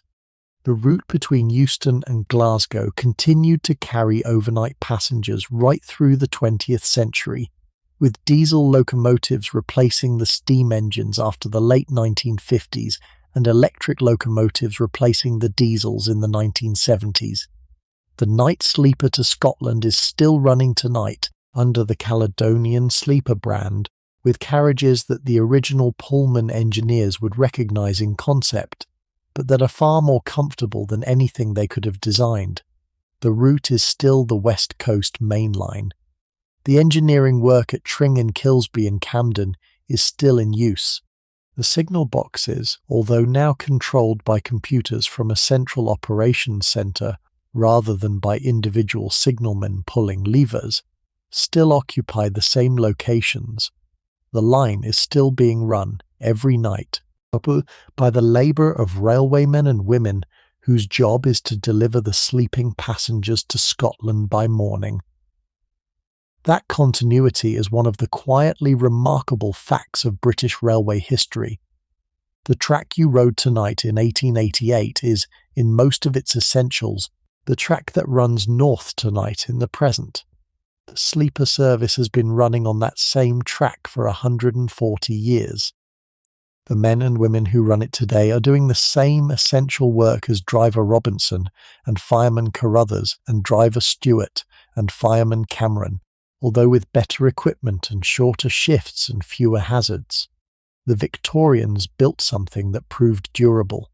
They built something that has lasted longer than they could have imagined, and the experience of lying in a Pullman berth and being carried through the dark from London to Glasgow, with the engine working ahead and the wheels clicking beneath, has not fundamentally changed in its emotional substance since the first night sleepers ran in the 1870s. If you have ever lain on a sleeper train in your own life, and many people have, although fewer than once did, you will know the feeling. The dim of the compartment, the weight of the bedclothes, the regular click of the wheels, the unseen country passing beyond the curtained window, the faint sense of the engine working far ahead, the strange knowledge that you are moving through the dark while the world sleeps around you and the country slides past. It is a feeling that the 19th century invented. It is a feeling that has its own quiet emotional weight, and that I think most travellers who have experienced it remember with affection long afterward, regardless of how many other journeys they may have made. The steward in 1888 has now stepped off the train. The other passengers are dispersing along the platform. The porters are wheeling luggage trolleys toward the cab rank. The train is being prepared for its return south.